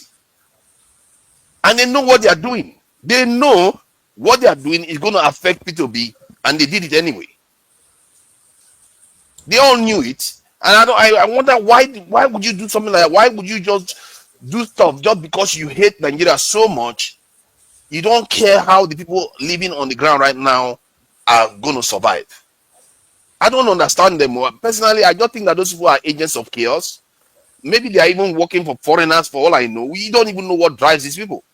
How can he truly believe in Igbo people and he's wearing all those foreign emblems? How can he truly believe in his ancestors and the pains of the Igbo people and he's wearing that many foreign ancestors? He can't even keep his hair his own. He will have to go and permit. I don't know. I don't understand it. I really don't understand how people follow these other people, but I will leave it there. I just feel like there are injustices against Igbo people in Nigeria. It's happening clearly because that case that Tony mentioned, that there have not been any amnesty in the southeast. I don't know what Oyeba is doing. Maybe we should ask Oyeba. Has he consulted politicians to try to reach some kind of arrangement? He hasn't come up with anything. And there is also the targeting of Southeasterners in elections. Even when the election is not here, they're already targeting Southeasterners. I was here on the platform when they were targeting Southeasterners. The other day, I asked a question about this, and people were telling me, "Oh, don't talk about it. You are the one inflaming the whole issue." So I will be on the platform again the next election. Then I'll start talking about, "Oh, they are attacking the Igbo people in Lagos again." You think I want to do that again? I don't want to do that again. So yeah, I'll leave it at that. I think I've gone on too long. I can rant for 1 hour about this. Okay, thank you so much. Yes, I'll go to Ovie straight on. You've heard what forefathers said. I don't know where to even, because a lot of things forefathers said that probably doesn't sound too right to me, because Buhari was selected by Boko Haram to negotiate on their behalf, and Buhari totally supports, because he said an attack on Boko Haram's attack on the north, and we didn't hold him to. How come be it that every time we hold an Igbo man account for what others are doing, especially in such a situation? What's the difference when a northerner makes a statement like that? El-Rufai said if anybody comes to monitor election, they'll go back in body bags. They didn't see that as anything, but if it's an Igbo man, that would have been a national crisis. So what makes a difference when it's said by somebody else and then the Igbos repeat it? By the way, the guy who contested Garba Buhari, is it Garba Buhari or something? What's his? I've forgotten his first name. Who said that one man's I want to quote him properly. One man's Boko Haram is another man's freedom fighter. One man terrorist is another man's freedom fighter. In other words, referring to Boko Haram as being the northern people's freedom fighter. That didn't land him in jail. That did not get him to be one who's incites problem. But if that statement was made by a southerner, an Igbo man, he would have put that person in jail. Why is it that different measure for different people is still being practiced even to tomorrow in Nigeria? That's the definition of power. Nobody who carry gun. Nobody who carry gun be power. Now who tell me carry gun and you power. So that's when Tunanja was talking about peace. It as an amnesty. So I wanted to ask, what capacity is he operating on? So whatever place you in and a person put on there, that's all what power is all about. When your people are in possession of power, there are a lot of things you can get away with. That's what America represents. America can afford to do whatever they want because they can afford to do it. We will challenge them. So in the Nigerian context, let's forget the influence from outside. In the Nigerian context, it's still there that we are still fighting ourselves. You understand? Just because it's not violent yet doesn't mean it's not. But within themselves, at that level, it's a matter of life and death. So the fact that yes, I think the man could do anything. So now that's what power. That is your point of power. There's nothing there. Be in control. Be in control means you can get away with pretty much everything. It depends on where we are talking about. So in the Nigerian context, that's why. So just think about it. If to say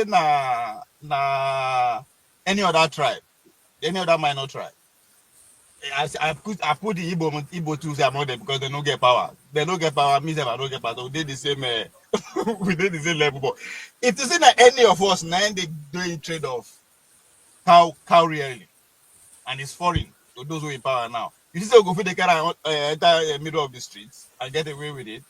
Maybe we'll go try it once. But the response to that trying, they will make an example out of it. That's the whole point. That's where the Igbo man. So the Biafra contest, right? I think another thing people are not saying today, the fact that the conversation of Biafra is a national conversation. What do you think those millions who lost their life during that time, like would they always believe, say, dead body go return for grave? They will be happy. That the spirit, the idea that they die for. Look at how you see either they are ignorant or they are stupid. Hey, we are talking about billions here. So no matter how one individual it is, it doesn't really matter. So you understand, there are things that are out there that you just can't push away. So that is for the fact that 50 years, 60 years after it happened, it's still a national conversation. It means a lot of things. It means that the nation is not a nation. That's what it's about. Because we are not discussing it from history perspective to say, okay, we have overcome these things. This is where we are today. That's not what we are talking about. We are still talking about the things that led to how we get to where we are today. Those who they ask are who gave us constitution. Those that won. The Nigerian state won. They fought against another nation state. That's at that point. Or you call them a state actor. But there was people who fought. So they won. So okay. People to ask who gave the constitution, who did this? Those are the people that gave. And they are still in charge. So that's why hold on. Let's move the conversation forward. What do you think? There are 4 people who were freed, and those 4 people were freed because they couldn't tie them into this charge. Now, the question I'm putting to you now is, what will be the effect of this sentencing as to the funding of freedom fighting or freedom struggle in Nigeria? How will it affect those who are either sponsoring or who are either putting their money into this struggle? Will it cause them to continue, or will it be would there be a backlash on those who are either to helping to propagate? Sorry, those 4 people, me and you know them because they no get followers, they no get power, they no get influence, they are not as influenced as Ekpa. So Ekpa is an interesting, national or pretty much international conversation right now. So the first thing they know, poor those people, they will know they are not significant, so they are not the important into the story as it develops. The other question that you asked is, sorry.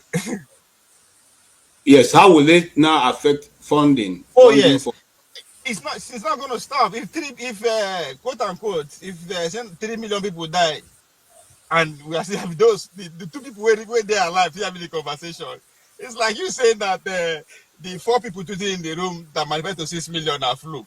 Right? So if 3 million people die, according to record, that did not shut the conversation. There's nothing can stop it. Yes, if it just go down a little bit, but you will metamorphose from any other form, right? They cannot come when internet be only YouTube and Facebook and a few of them. and they catch him, which is say nothing. Before you know, you go Twitter, you go TikTok, which is the latest technology after those ones, and somebody else came. So human, as we evolve, as technology evolve, so all these things, unless we actually sit down, I mean, those in charge sit down and actually say, I was talking about, I think with Tuna Jabi yesterday, say, come, our future hang on two things. It's either these men who are at the corridors of power now actually sit down and look at what is happening, say, come, this will consume us all, and they decided to carry out the revolution among themselves. So it does happen, right? In order for you to avoid a civil war, you carry out the revolution among themselves. If now wealth disparity, you distribute the wealth, you have to do something. Or few people among them who are going, who are disgruntled among them, because all this in our money, they sponsor these people. Now those people will get money. So there are few people who are disgruntled with the system. What do you think they will result to? They will keep fueling all these things. So until they either do something within themselves, or few people will mobilize. Like those few people, you don't need everybody, every stupid people on the street now. That's why they criticize people when they talk say education. You need the foolish people to carry out the revolution. Now the foolish people will die fast. So you need them anywhere. You need them. So they have a role. Just because you don't see their importance, because you're not on the front. You need those people. All right. So everybody at this point, every distraction is needed, right? Either to push the elite to sit down and say, "Hey, this will happen again," or we all wait. If we survive anything, we go anywhere we continue. We not. That's how our Nigerian story ends. But the story will continue. So the agitation will slow down, maybe, but it's definitely not the end. We'll come out another way. We'll never even see woman leader yet. We'll never even see priest leader. To Nigeria, we talk about how the man they just how he appear. People they follow Pope where they wear cap. If I wear that same cap, come your house where you get grown up daughter for house. You know, don't you see me as one any somehow? But millions they follow up. So every leader have his own way of disguising himself. If he works for them, fine. Yes, there are people who are following because of that. It's needed. If to say that one doesn't subscribe by a girl like me and you, if you know this situation. All right. So Thank the you. follow is also important, regardless of how you attract them, either propaganda, either your dressing, either your whatever. It is the cause that is important. Thank you. Thank you so much. And I'm coming to you, OT. Oh no, let me go to because OT, you are not one who likes. Actually, I think I've spoken enough for today. I'm not. Okay. You have okay, no problem. Yes, we still have enough questions. So I don't think I have anything more. Unless you ask me a question, I don't have anything more to ask. All right. I'm asking a question to Tony. Tony, I have a question here. What will this ruling mean, or how will it affect the current support for IPOB vis-a-vis the case? And I thank Florence O for even framing part of the question I'm asking now. Vis-a-vis the outcome or the current case facing Nnamdi Kanu. Do they have any correlation in the first place? And can it affect, in which way can it affect the outcome of that the current case in Nigeria? Well, I can only speculate. But one thing I know is that the current government is going to be pleased with that with the court ruling with respect to Samuel Ekpa, to the extent that at least it will put him out of action and probably not be able to stir up more problems in the southeast. So it will be expected from that position that unless someone else, takes over, it's likely, quote and unquote, that there might be some moderation of the problem that you have in the southeast associated with Samuel Ekpa. But for me, I don't think, not being a fan of Ekpa, I think that, if you ask me, I think it's proper to silence him. That's my view, and I make bold to say that. Because like I said, I don't endorse his strategy. I don't. And I will never endorse it. For instance, I don't see any reason why every Monday, the Southeast, there will be no business in the Southeast. I don't see any reason why. I don't see who gains from it. I don't see how it benefits the Southeast. There's a lot of money. I mean, there's a lot of businesses that would have gone on. There are a lot of, I have a niece who lost the husband, and the son is in the East serving. And he couldn't immediately come when the father was sick, to leave on Monday when his father was sick, because it could be dangerous. So the mother, the bereaved mother said, don't come on Monday. You wait until Tuesday. There could be some more serious cases on Monday, somebody seriously ill. And then in most places, I understand, in some places, I went to the East, I know that when I went in November, December, in Umuahia, I was in Umuahia, and you could move around even on Monday. So I know that some places in the East, I mean, this thing doesn't hold. But there is general fear that if you have to transverse town to town or state to state, you might just get into trouble. Assuming you have a serious situation on a Monday, you can't do anything. So the people that you want to protect, the people that you say you are fighting for, your policy, whatever instruction, whoever gave that instruction, and they point to Samuel Ekpa, it's negatively affecting them, it's affecting their life, it's affecting their business. I don't think that's a way to fight the current problem. I don't think so. So I fault it. So I ask you a question, Mr. Tony. Yes. You, in a nation where 200 people are died in a day and the nation goes forward, will you blame a young man from that nationality or that tribe that rises up tomorrow to take up whatever way to defend that community? Will you blame the person? I blame him. He has no reason to stop me from moving freely in my country. No, no reason. You have not answered my question. If in a community, let's look Yewata, 200 people went to bed. They didn't have any enemies. But by the time they woke up in the morning, they woke up in heaven or hell, as the case may be. For no reason. They didn't take anybody's arm. They didn't kill anybody. They didn't do anything to anybody.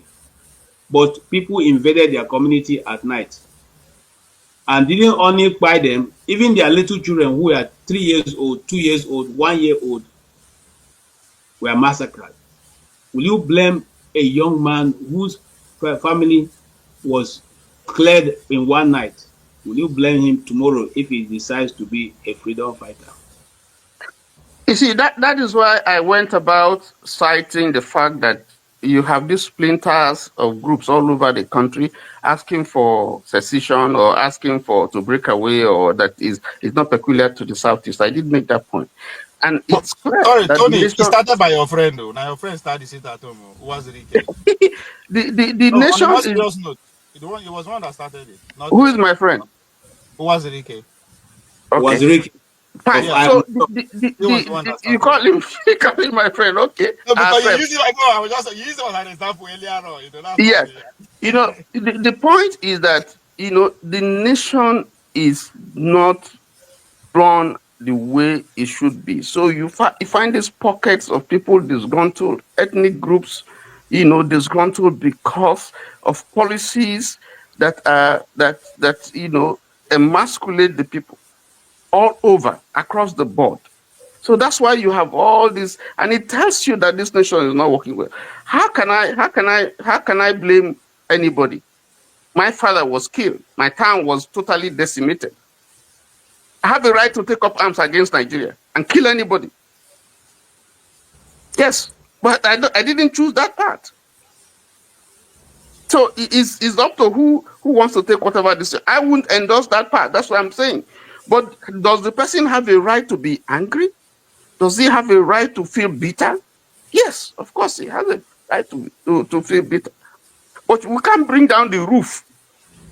We can't. My point is that if you take revolution, because a revolution was here and it was saying, if you start a revolution, you don't know how it's going to end.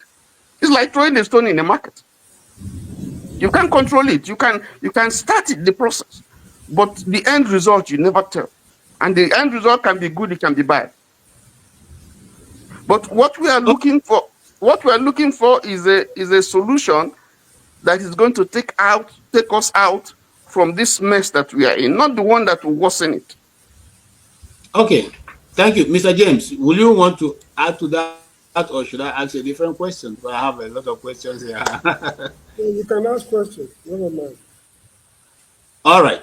Thank you so much, Mr. James, for also being. Could the conviction of Mr. Simon Ekpa increase or reduce the recruitment to, will it increase or will it reduce sympathizers? I mean, will people be drawn to sympathize with him for a big nation being unfair to him, or will it reduce? And then those who are celebrating go deported after they finish this thing. Please, he's not going to be deported. He's not a Nigerian citizen. He has removed himself from Nigerian citizenship for long. Yeah, you see, I remember those days, I can't remember the year, when, what's his name? Ken Saro-Wiwa was hanged during Abacha's regime. A Benin man in Israel asked me, what will be the effect of the hanging of this man? What will be the consequence? Then I told him quite frankly that nothing will happen. It will only lead to the general apathy in the Niger Delta. The war will not come to an end. Simon Ekpa has been jailed. Fine, he's in prison. He will come out. If he will change his opinion while there or not, I do not know. It is based on, I do not know how strong his conviction is. If they squeeze him the way they are squeezing him now, what he will turn to be. I do not know if it will lead to, you see, there are too many variables. What I'm interested in is solution to this problem. I prefer the solution which seemed not to have gone down well with a number of people. I asked a question not long ago. Is it possible for an ethnic group to win a presidential election in Nigeria without the support of other ethnic groups? You know, when I talk of ethnic group this time, I mean the majority ethnic groups, like a Yoruba man winning an election, not the type of Obasanjo won after the Nadeko Wahala. That was a special arrangement between him and Olufalaye. It's a special case. Is it possible? If the answer is no, then I think the Igbos should look for a way to get very close to a particular ethnic group, either the Yorubas. I know it's very difficult for the Hausas, or they can, among the Northerners. Let me ask a question. Oh. No, let him finish now. Let him finish. Go ahead, James. Go ahead. Ask your question. Yeah, James, I wanted to comment on that. I just forgot. But I don't think we have ever had a situation where we have the kind of picture that you're painting, that one ethnic group. No, there's no political party that is made up of just one ethnic group. It has never happened in Nigerian history. What I said so when you make that an analogy, it's not acceptable to me. Excuse me, it's not acceptable to you, that's fine. When I talk of ethnic group, what I said earlier on is this: the majority ethnic groups. Now, remember, during the First Republic, NCNC and ACP had cause to form a coalition government. Buhari had cause to rely on Bola Tinubu to win his presidency. Bola Tinubu also relied on him to win his presidency. That's exactly what I'm talking about. Yeah, but so remove the word ethnic, because NCNC is not ethnic. Oh, no. Like, you guys are just allow it to finish. When it is your turn, you use them. You know, all right. Thank you. Thank you so much. Hold on, Mr. Osofia. Mr. Osofia is here, and Mr. Osofia is going to come in from a different angle. But I want to say this. You guys have confused my thoughts. All right. Welcome, Mr. Osofia. You have followed our discussion. What do you say? Yes, thank you. The last speaker, First of all, Tinubu didn't win the election, so let's put that by the side. So there is a way Igbo people can work together with another ethnic group. That ethnic group is Hausas. Igbos and Hausa, not Fulani. I mean Hausa, indigenous Hausas, who are indigenous to Nigerians. Igbo Hello, Chim. people and the Hausas been Yes, sir. friends in many years when they were AJ, trading mute together. yourself. AJ, mute yourself. Okay. Somebody is talking. AJ, mute Okay. yourself. Getting away with some lies or inaccuracies. AJ. There are plenty. Nobody has in 1979. Let me tell you, this is the first time Yorubas are in the mainstream politics. Yes, Can they've always somebody been. mute himself? They've always been the Yeah. opposition in Nigeria. Yeah. If somebody, This is the first time Yorubas are in mainstream fully as a group. Yeah. Dr. Damage, you need to mute the person. Just wait, let them finish. And the I houses. can't even hear what he's Yes. saying. Yes. He didn't let me Yes. finish my point. Yeah, You know, just can hold you? on. And even PDP It's was very founded rude. by Alex Ekweme, was the main convener. I know that. I just didn't want to bother myself to go through that direction. So, moderator, you need to put him on hold. You need to mute him. And that's very rude for him to jump into my conversation. I'm making my point, so that's very rude for him to do that. He shouldn't behave like that. First of all, Igbo people and the Hausa people, indigenous Hausa people, they've been friends for centuries when they were trading together in Kasana Allah. So they've been friends until Fulani invaded the Hausa people and they conquered them. And so that was, so I think at this time, Igbo people can reignite that relationship. Because right now there's no Hausa person that is in government that you can say this Hausa person is in government.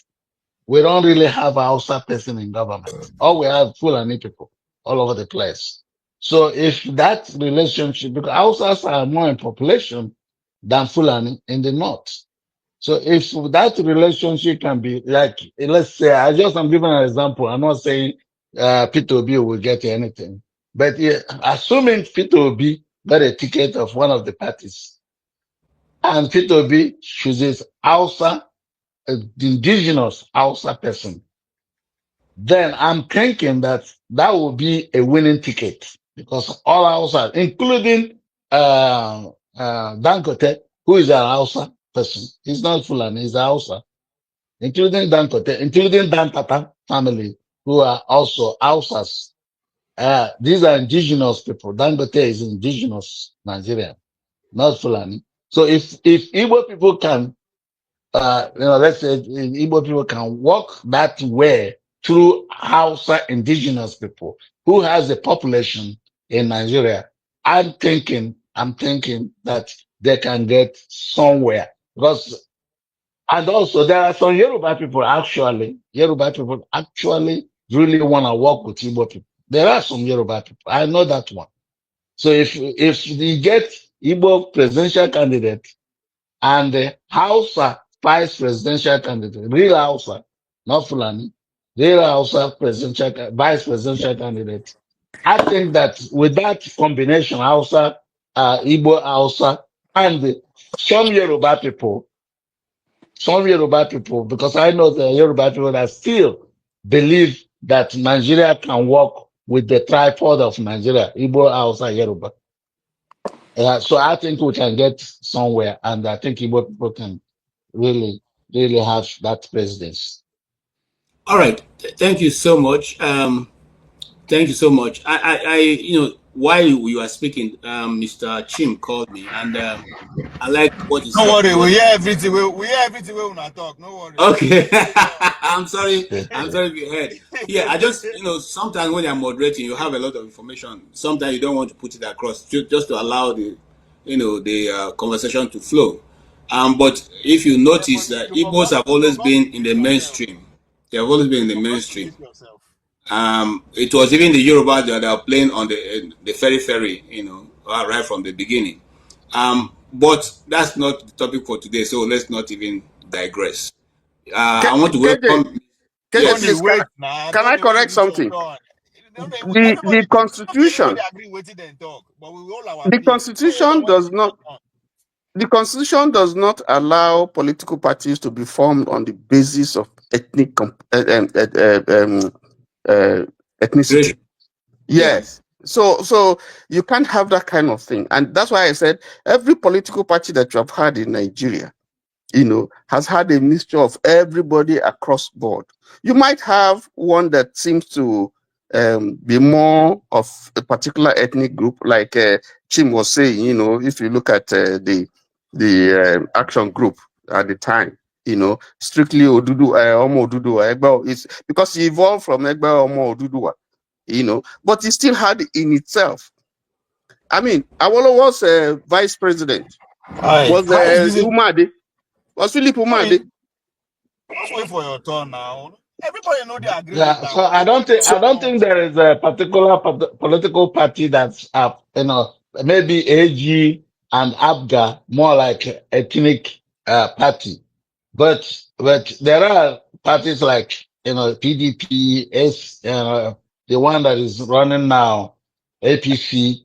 They are not ethnic party. There are people that different every ethnicity Thank you. are part of that party. So I just want to clear that to you. Yeah, let's move on. What I'm talking about is that when a party, any party like APC, PDP, or the new one they're trying to put together now, the ADC, they come back together and they have Igbo presidential candidate let's move on. and the Hausa vice presidential candidate. And I believe that, these two groups plus Yoruba group, I think they can get somewhere. We're not discussing the formation. We're just trying to deal with Dr. I didn't say anything about Simon Ekpa, because this show is about Simon Ekpa. Simon Ekpa, I've had the opportunity to have a Zoom meeting with Simon Ekpa in the past. And I had the opportunity to have a Zoom meeting with Simon Ekpa in the past. And I realized that, Simon Ekpa actually wasn't really into bringing one Nigeria. Not what some people some people can pick whatever they want to define as one Nigeria. It wasn't really there for one Nigeria, like the way we always, when we are younger, we always think about Nigeria, and we do the Children's Day, Independence Day. Everyone is thinking about one Nigeria. So the Samuel Ekpa was more like an opportunist that's looking for opportunities to make money. And then he found out in the Biafra project, many of them used the Biafra project to make money. Unfortunately, people misunderstood them. That these are the people that here to make money. And because the Biafran project, a lot of people are very emotional when it comes to Biafra. So they're very, very emotional. And even adults that had experience of the war, and individuals that are well-educated individuals, they feel this. You can easily convince them when you talk about Biafra. They become emotional and they can do anything. They can give you money. They can do everything without even thinking until they realize that they're being taken. So Simon Ekpa is in that group of people that took advantage of our pains, our struggles, to make money. And I'm very happy that the government of Finland saw through this and did what they did. I think 6 years is very small. They should have had more years, because if you go to the eastern Nigeria, you will see the damage, the destruction, the words of Simon Ekpa did there. My village, nobody lives there anymore. People were sacked from their own central house, central land, central homeland. They were sacked. They go to them and say, you have to leave today. If you see you tomorrow, you are dead. The entire village, people left. was empty. This is not Fulani coming to kill us. This is not Hausa coming to kill us. This is not Yoruba coming to kill us. These are the Igbo people that Simon Ekpa and his gangs were able to convince and let them tell them that you are fighting for Biafra, which was not true. These became criminals, and they're killing people, burning people, raping, killing everything, destroying properties, destroying houses, burning everything they could get their hands into. And this is what we have suffered because of the words that came out of Simon Ekpa. And All right, 6 thank you. years in I prison need to is stop. actually not I good. need to stop Not you it's right too now. small for Thank what he has you. done to Thank so you. many people. I can't even go to my village right Thank now, you. which is very Thank you, sir. shameful. Thank you. I think we gave you more time than I'm sorry about that. Hold on. I'm sorry that Oh, I hold just on. wanted Hold on. to put it Hold out there on. so Hold the on. world can hear this. No, Hold thank on. Hold on. Hold on. Thank you. Now, is it much as some of what you said is not totally we've had guests. This program didn't start today. We've had guests here who have operated in the southeast and are still operating in the southeast. I will have what they've said. I have much more than enough videos from people who have been operating in the armed struggle in the southeast, who are not government officials, but they are persons of interest doing all kinds of stuff in the southeast. So I will not accept the fact that it's only Simon Ekpa or whoever he is using his proxies in the southeast that are doing the damage in the southeast. There are many factors in the line, but that's not the purpose of today. Maybe before this week run out, we'll come back to that issue and examine what is actually happening in the southeast, and if we're able to get Professor Chidi Odinkano, we'll bring him back in. Yes, let me go to the guy who just came in now. Is and KJ, sorry, KJ, a moment. KJ, That's sorry, KJ, can I just yeah. sorry, are you KJ? Sorry, excuse me. Are you saying Osofia here doesn't know what he's talking about? He was referring to his village. You didn't even ask Yes, him I what am his talking village from is. experience, and you're So, saying that I don't know what I I'm don't know talking what basis about. you're trying to. Listen. I just came back from Nigeria. I just came back from that village last 2 weeks. Listen And I to came what I'm back. I saying. couldn't enter my village because my village, was littered with they buried bombs all over the place. Market Okay, but women here, are being killed by bombs. So they step on the bombs. So I just want you to know that what we are saying is not necessarily Simon Ekpa alone. We know that Nigerian government and Nigerian armed forces also caused some of the issues that's exposed these people, these kids, to somebody like Simon Ekpa to take advantage of them because all of right. the python dances, all the python dances, crocodile smiles, all of that also expose these kids. I understand that. But Okay, people like Simon Ekpa let's hear took from ad- you Chukwu, know, please. Let's others have their way, man. That's enough. That's not how to no, be. you can't stop. Everybody say something. You're not the only one. Okay, go ahead, sir. Go ahead. My fellow Nigerians and my fellow brothers, this is my first time joining this program. I've always been there. Welcome, sir. We celebrate you. Thank you so much for joining us. Please Yeah. always join us. We're always here to hear your views. All right. Now I think I have to prove, but I would like to do it in a timely manner so that everybody will have one or two things to say. First of all, I think the caption time on it, but glad that guy jailed. I wish they had given him 20 years so that he won't come out again. By the time he comes out, perhaps Alibo will be better, because I do not understand how somebody who wants to improve Igbo land will instigate the destruction of the homeland where he comes from. It makes no sense. And anybody in our support to that, anybody who is supporting that mentality, to be honest with you, I don't see how that person should be called an Igbo person. I leave Nigeria in this. The problem we have in Igbo land is us, and I mean us, both those at home and those of us outside Nigeria. We are the problem. If we want to solve the problem in Igbo land, we will solve it by ourselves. The destruction going on in our homeland makes no sense whatsoever. Absolutely none. Now, there are gullible Igbos, no doubt about that, especially those who don't have anything to do. And I'm going to say this, that anybody who is agitating for Biafra, to me, means that that person is not doing very well by himself. Then he wants to rub it on every other person. The Biafra struggle, for Christ's sake, to me, is a thing that at this stage and time, we should be talking about the development of Igbo land. Nigeria is not enough for the Igbo man. Africa is not enough for the Igbo man. So we can't be talking about Biafra for now.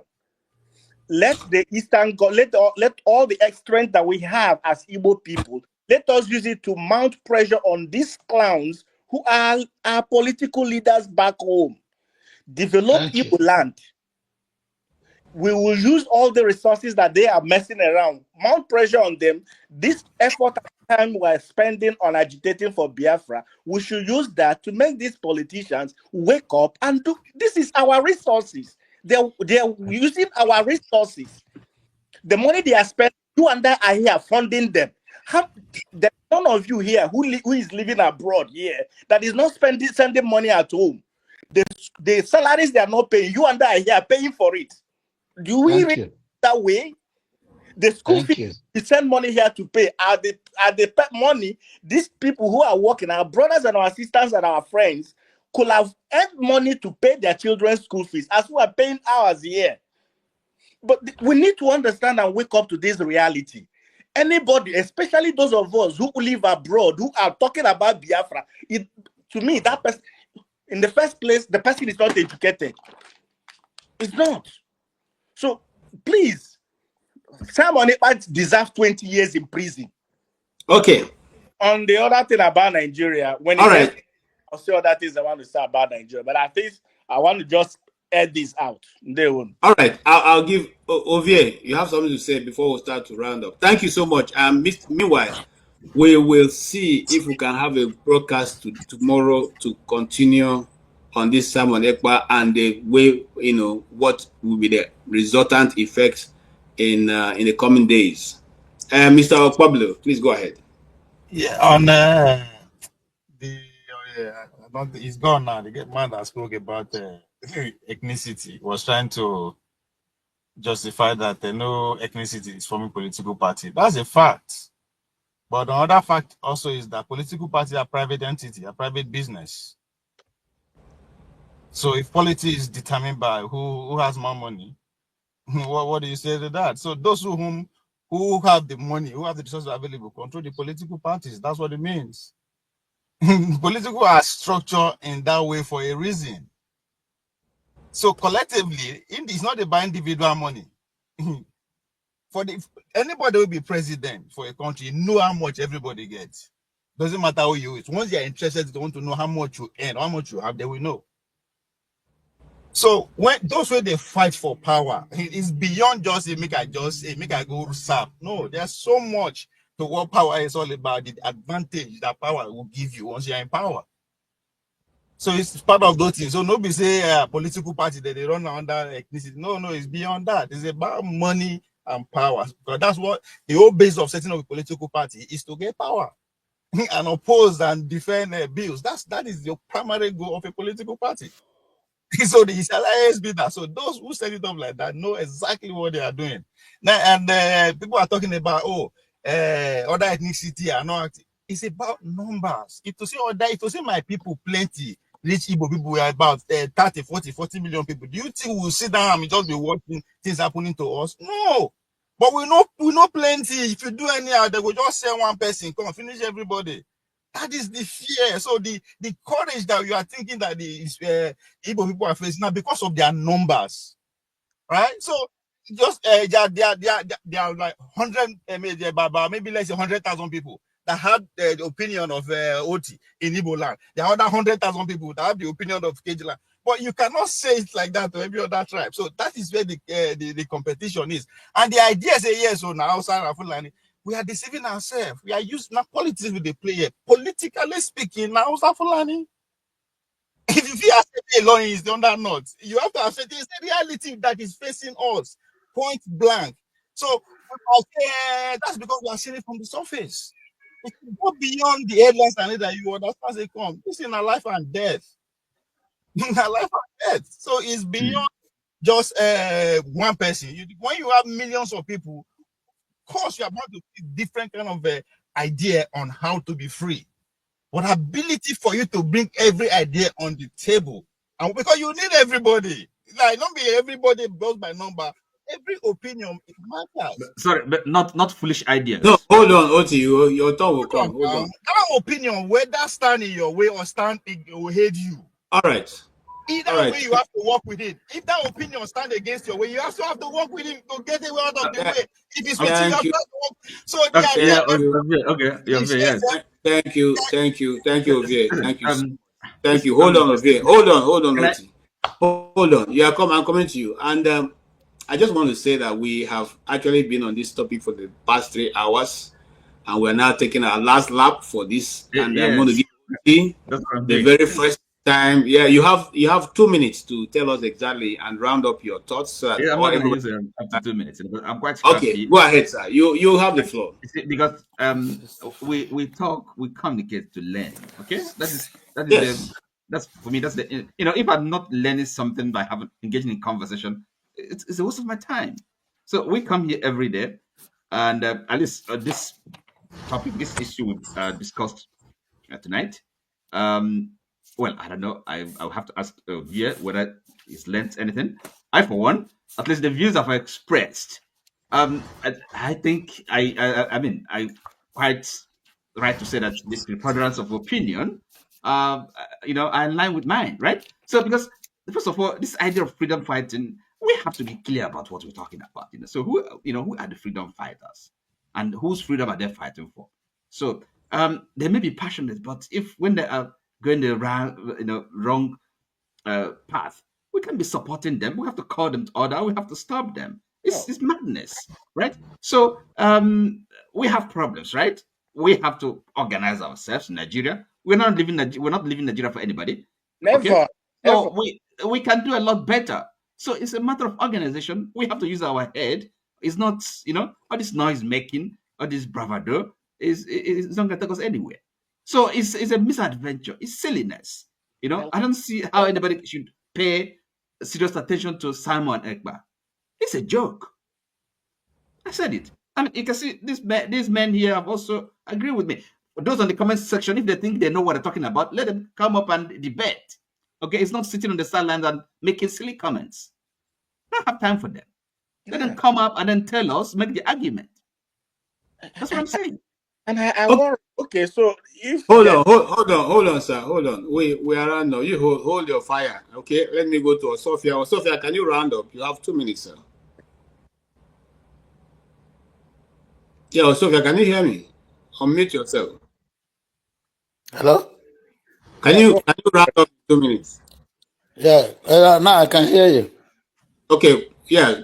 Can you go ahead and round up your thoughts in 2 minutes? Okay, so what we're saying is that we know that Simon Ekpa have been, imprisoned for 6 years. He already served 1 year, so he has 5 years, and going by Finland justice system, he will only serve like 3 years. So that is done. All I'm asking is that the Nigerian government, with the mighty military they have, they should do whatever it takes to protect its citizens. These criminals in my hometown, in my local government, blocked federal highway for 4 years. Nobody passes through it. From Olu to Ihala, that's a federal highway. They blocked it and they killed more than 400 people on that highway. Not one day that Nigerian government took the soldiers or the military to that place. These are little boys, young little boys that are less than 25 years old. They blocked the federal highway and nobody can go through there. They were killing people. More than 400 people were killed there. Nothing happened. Nigerian government couldn't overpower little boys with some AK-47. I'm personally, I suspect the Nigerian government is also complicit in what they are doing. So that's what I have to put on this, because the shameful thing that the almighty Nigeria will allow some little boys block a federal government highway. They blocked it for 4 years. Nothing happened. Military never went there to fight them, and they blocked it, and they killed more than 400 people. If you go there, you will see bones and skulls of so many people that they killed there. So nothing happened. So I just want to bring this to the attention of the whole world and Nigerians to see what Nigerian government, they are complacent to what is happening in Imo State and that area. Okay, thank you, sir. All right, thank you so much for being. Yes, sir. My brother, go ahead. Your turn now. No, unmute yourself. I can't unmute you. Okay. All right. It's really hurting me, making this comment right now, because and hearing what my brother is saying. Incident who happen to be I'm from Imo State, so I understand what you're talking about, and that's why it's hurting. Now, I think the solution is primarily local. We need to reorganize ourselves. We need to reorganize as Ndibo. Somebody from my village, like from your village, I understand the Olu, challenge. It is a local solution that we need to start applying, because every of these people, every community knows those who are bad and those who are good.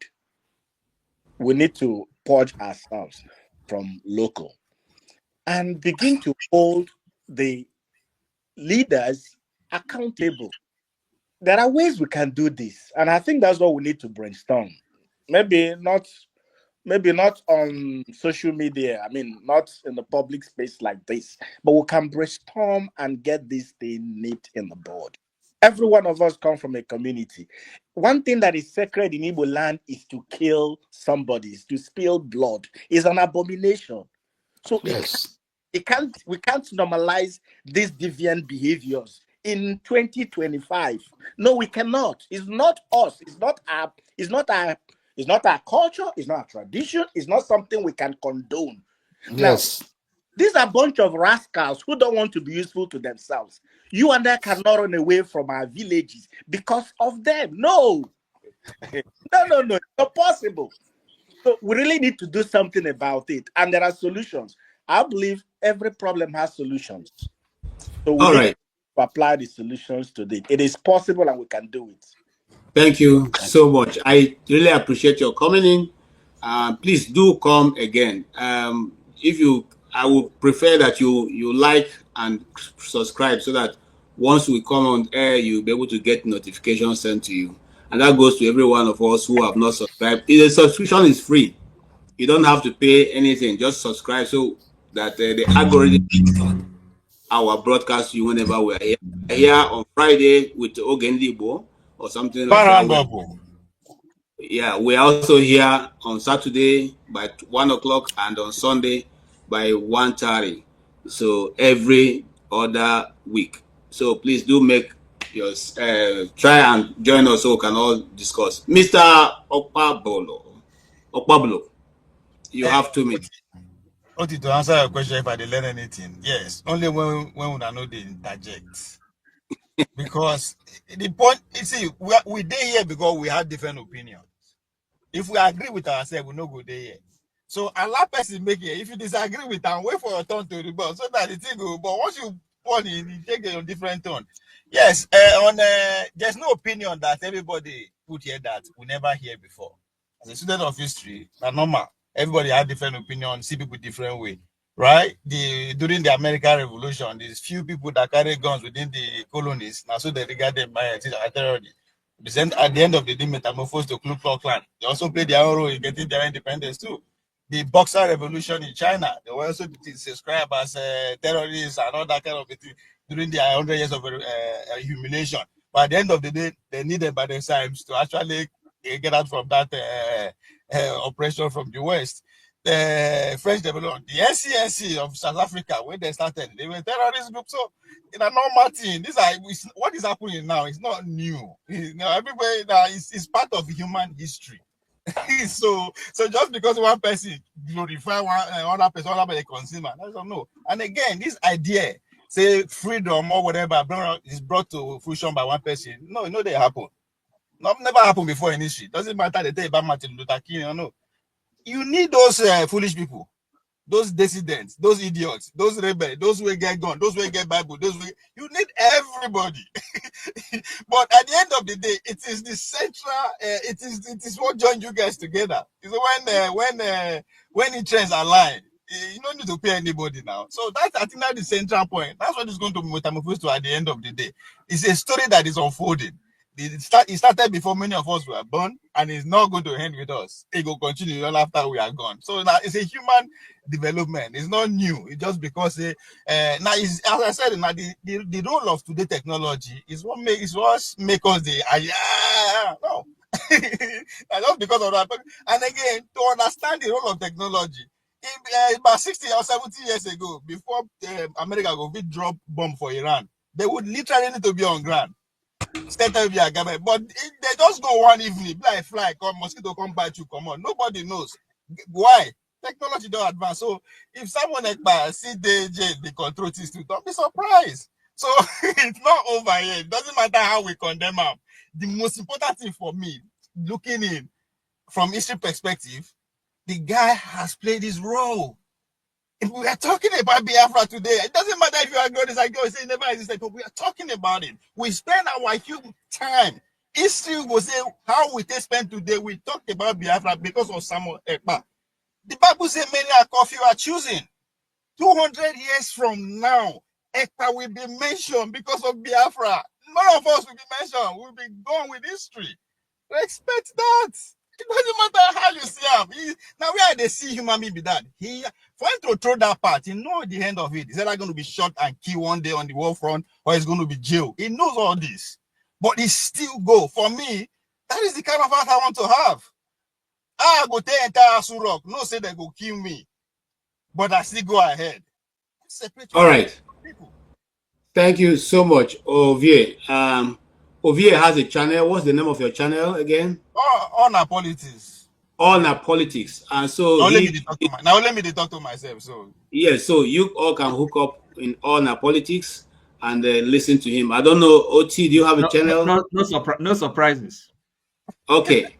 All right. Thank you so much. On this faithful note, I would like to say we will call it a day today. I want to thank Ovie, who has been with me right from the beginning. He was here, and you are a source of. In fact, if you are a good Christian, I will call you Stephen, son of encouragement. My prime minister is going through the fire, and he will come out shining. So why yes, no. I believe that. I'm not one of his fans, but I believe that he will get freedom at the end. But again, this thing also legitimizes his struggle. I mean, if you say not criminal, but it legitimizes that struggle. No. International courts they produce faulty logic. Satan has a name as well. Lucifer, right from the beginning of the world. Okay. All right, gentlemen. You know we just name as well. We just have to bring it to a close. We just have to bring it to a close. If you understand the pain of us all here, you wouldn't be saying this. All right, we'll have to bring it to a close. You won't be saying this. Okay, thank you so much. Sorry, sir, can you call your name exactly for me? Anna Lechukwu. Anna Lechukwu. Anna Lechukwu. Oh, very beautiful name, Anna Lechukwu. Thank you so much. I have one. Yes, I have one Mr. Anna Lechukwu as my friend, but he just calls it Anele. He didn't put the other side. All right. Okay. Thank you so much, Mr. Sophia. We enjoy your contribution, even though we will not accept all that you have said, but I know you have fans there who listen to you, who will agree with you on the panel, and also Mr. Anele Chukwu. There are many people who agree with your views. So please come again. Let's judge your. As long as we are talking, there will be no need for us to war.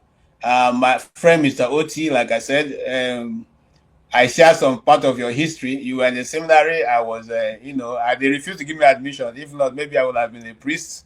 Of the Jesus kind. Yes, You they guys, you didn't guys, agree. you guys don't fall in love. You They guys don't refused to fall in give me. love. That's why I don't qualify. I couldn't meet the principal. They kept telling me to come back. Whenever I go, he's not around. I said, God, I don't think you want me to follow this line. Anyway, it's good to see you, Oti, and I appreciate your contribution. And of course, your views are well welcomed. We appreciate them. We will always have divergent views in the world. That's why the world will keep going around. If God wanted us to share the same idea, He would have made all of us look the same, and our faces look the same, and our character the same. But He chose to give us diversity, and that's what makes the world go round. The people in the street call it shades of gray. So we always have shades of gray in one way or another in our lives. That's what makes it interesting. So I welcome and I thank you, Ovie, and my other, yes, every one of you have been wonderful. Forefather came in and left. I saw Rudolph at the backstage, Rudolph Okonkwo, but he didn't come in. And every other person who has contributed, my brother Revolution, Mr. James, and Tony, all of you have contributed to this discussion and totally brought very rich part of it out also. And as I round up, I'll also just take you out so I can round up and say goodbye to everyone who has contributed. Thank you so much. You guys. All right, Thank gentlemen. you. Thank you.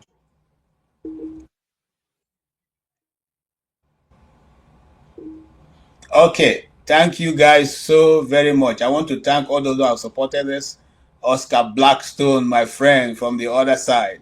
Thank you for all your support. I really appreciate it. You are just there, Oscar Blackstone. He supported us so very well today. Bought tea, a cup of tea for me and for Forefather and Rudolph. Thank you. You all did so wonderfully well. Thank you also, this my brother. You told us we did a good job discussing today. I thank you because the last time you were here, you didn't agree with my discussion, but today, you approve of what we discussed. Thank you so much. We really appreciate your comment, whether it's for in support of what we are doing or not. We appreciate it. Thank you. Also, yes, Chris. Thank you so much. I appreciate your comment. I appreciate what also the contribution you made to the platform. Thank you, Kulata. Today we are a bit on the same side, but it doesn't matter whether you're with me or you're on the other end. I appreciate you. I appreciate your comments. Thank you for always finding time to come. Like we say on this channel, we appreciate you not only because you participate, but because you chose to share your time and your treasure. There's nothing more important in a human being's life than time. The time you spent on this channel today can never be recovered.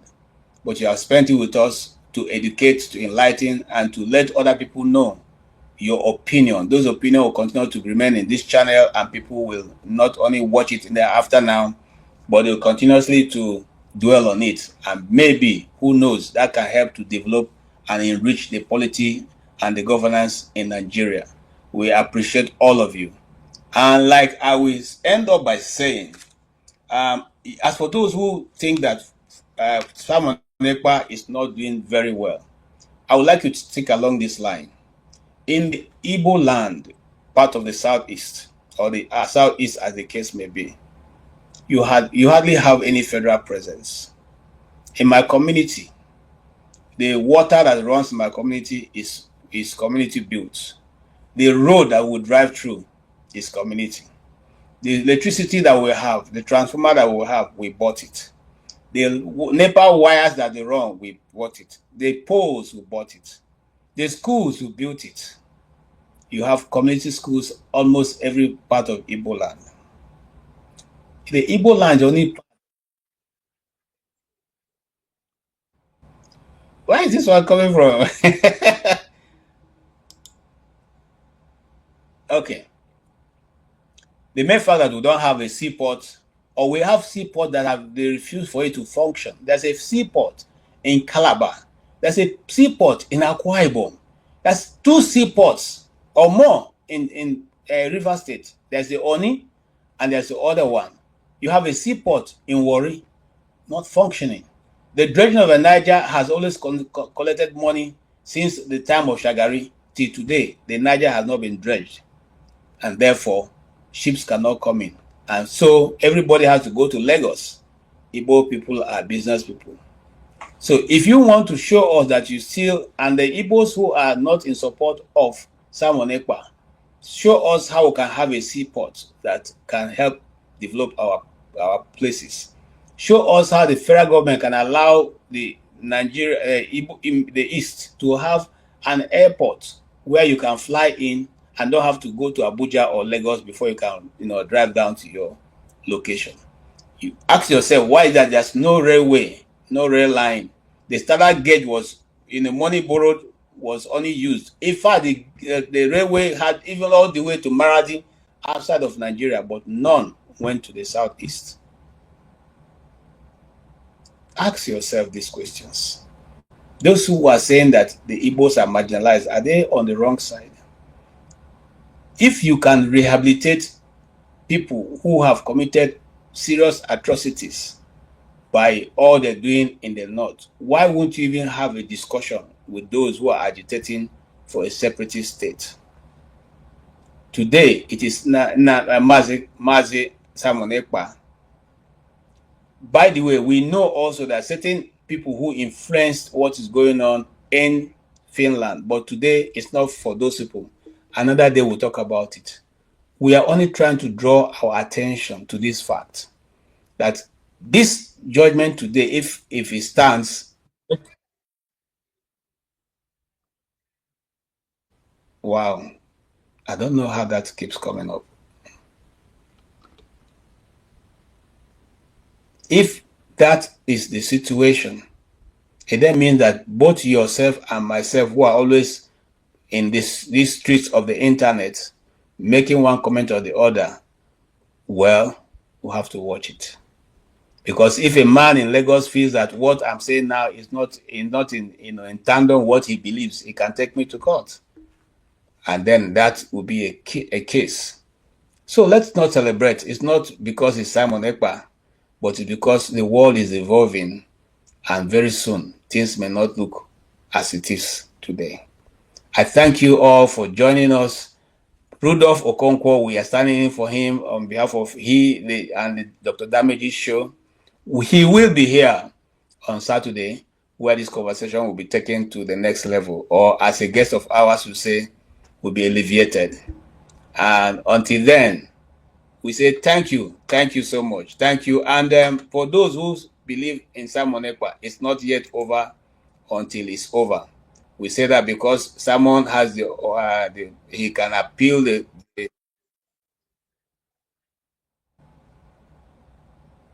okay, that is not a normal this thing. I don't know whether somebody is trying to hack our system, but it's okay. Look, it's not over until it's over, and I believe that Simon Ekpa is able to defend himself to whatever, and then you see at the end of the day, head or tail, he will still win. Thank you so much, every single one of you. I usually would have ended with my uncle, but today is not the day of bringing my uncle.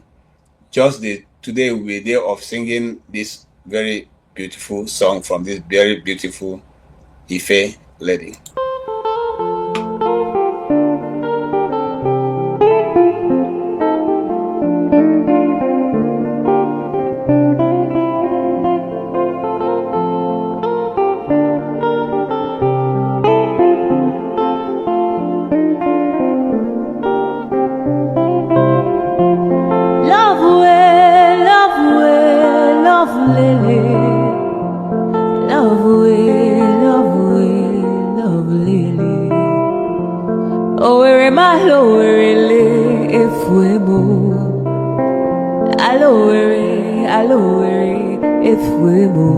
I am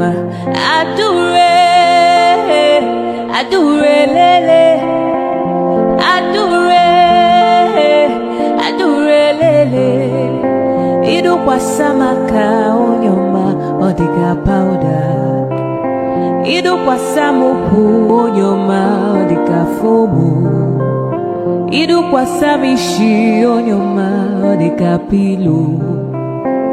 Ololololo aturu bwebule wakamwa iwariwo. Ice. Rosa Olerio, Rosanna Olerio, Rosanna Olerio de Kadimba.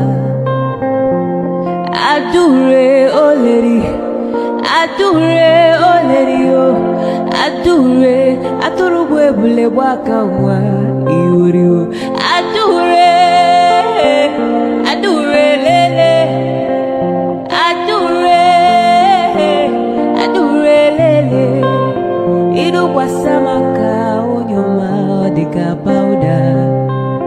Idu kwa samuku onyoma odika fumu. Idu kwa samishi onyoma odika pilu. Ololo lolo, aturubu epule wakawa.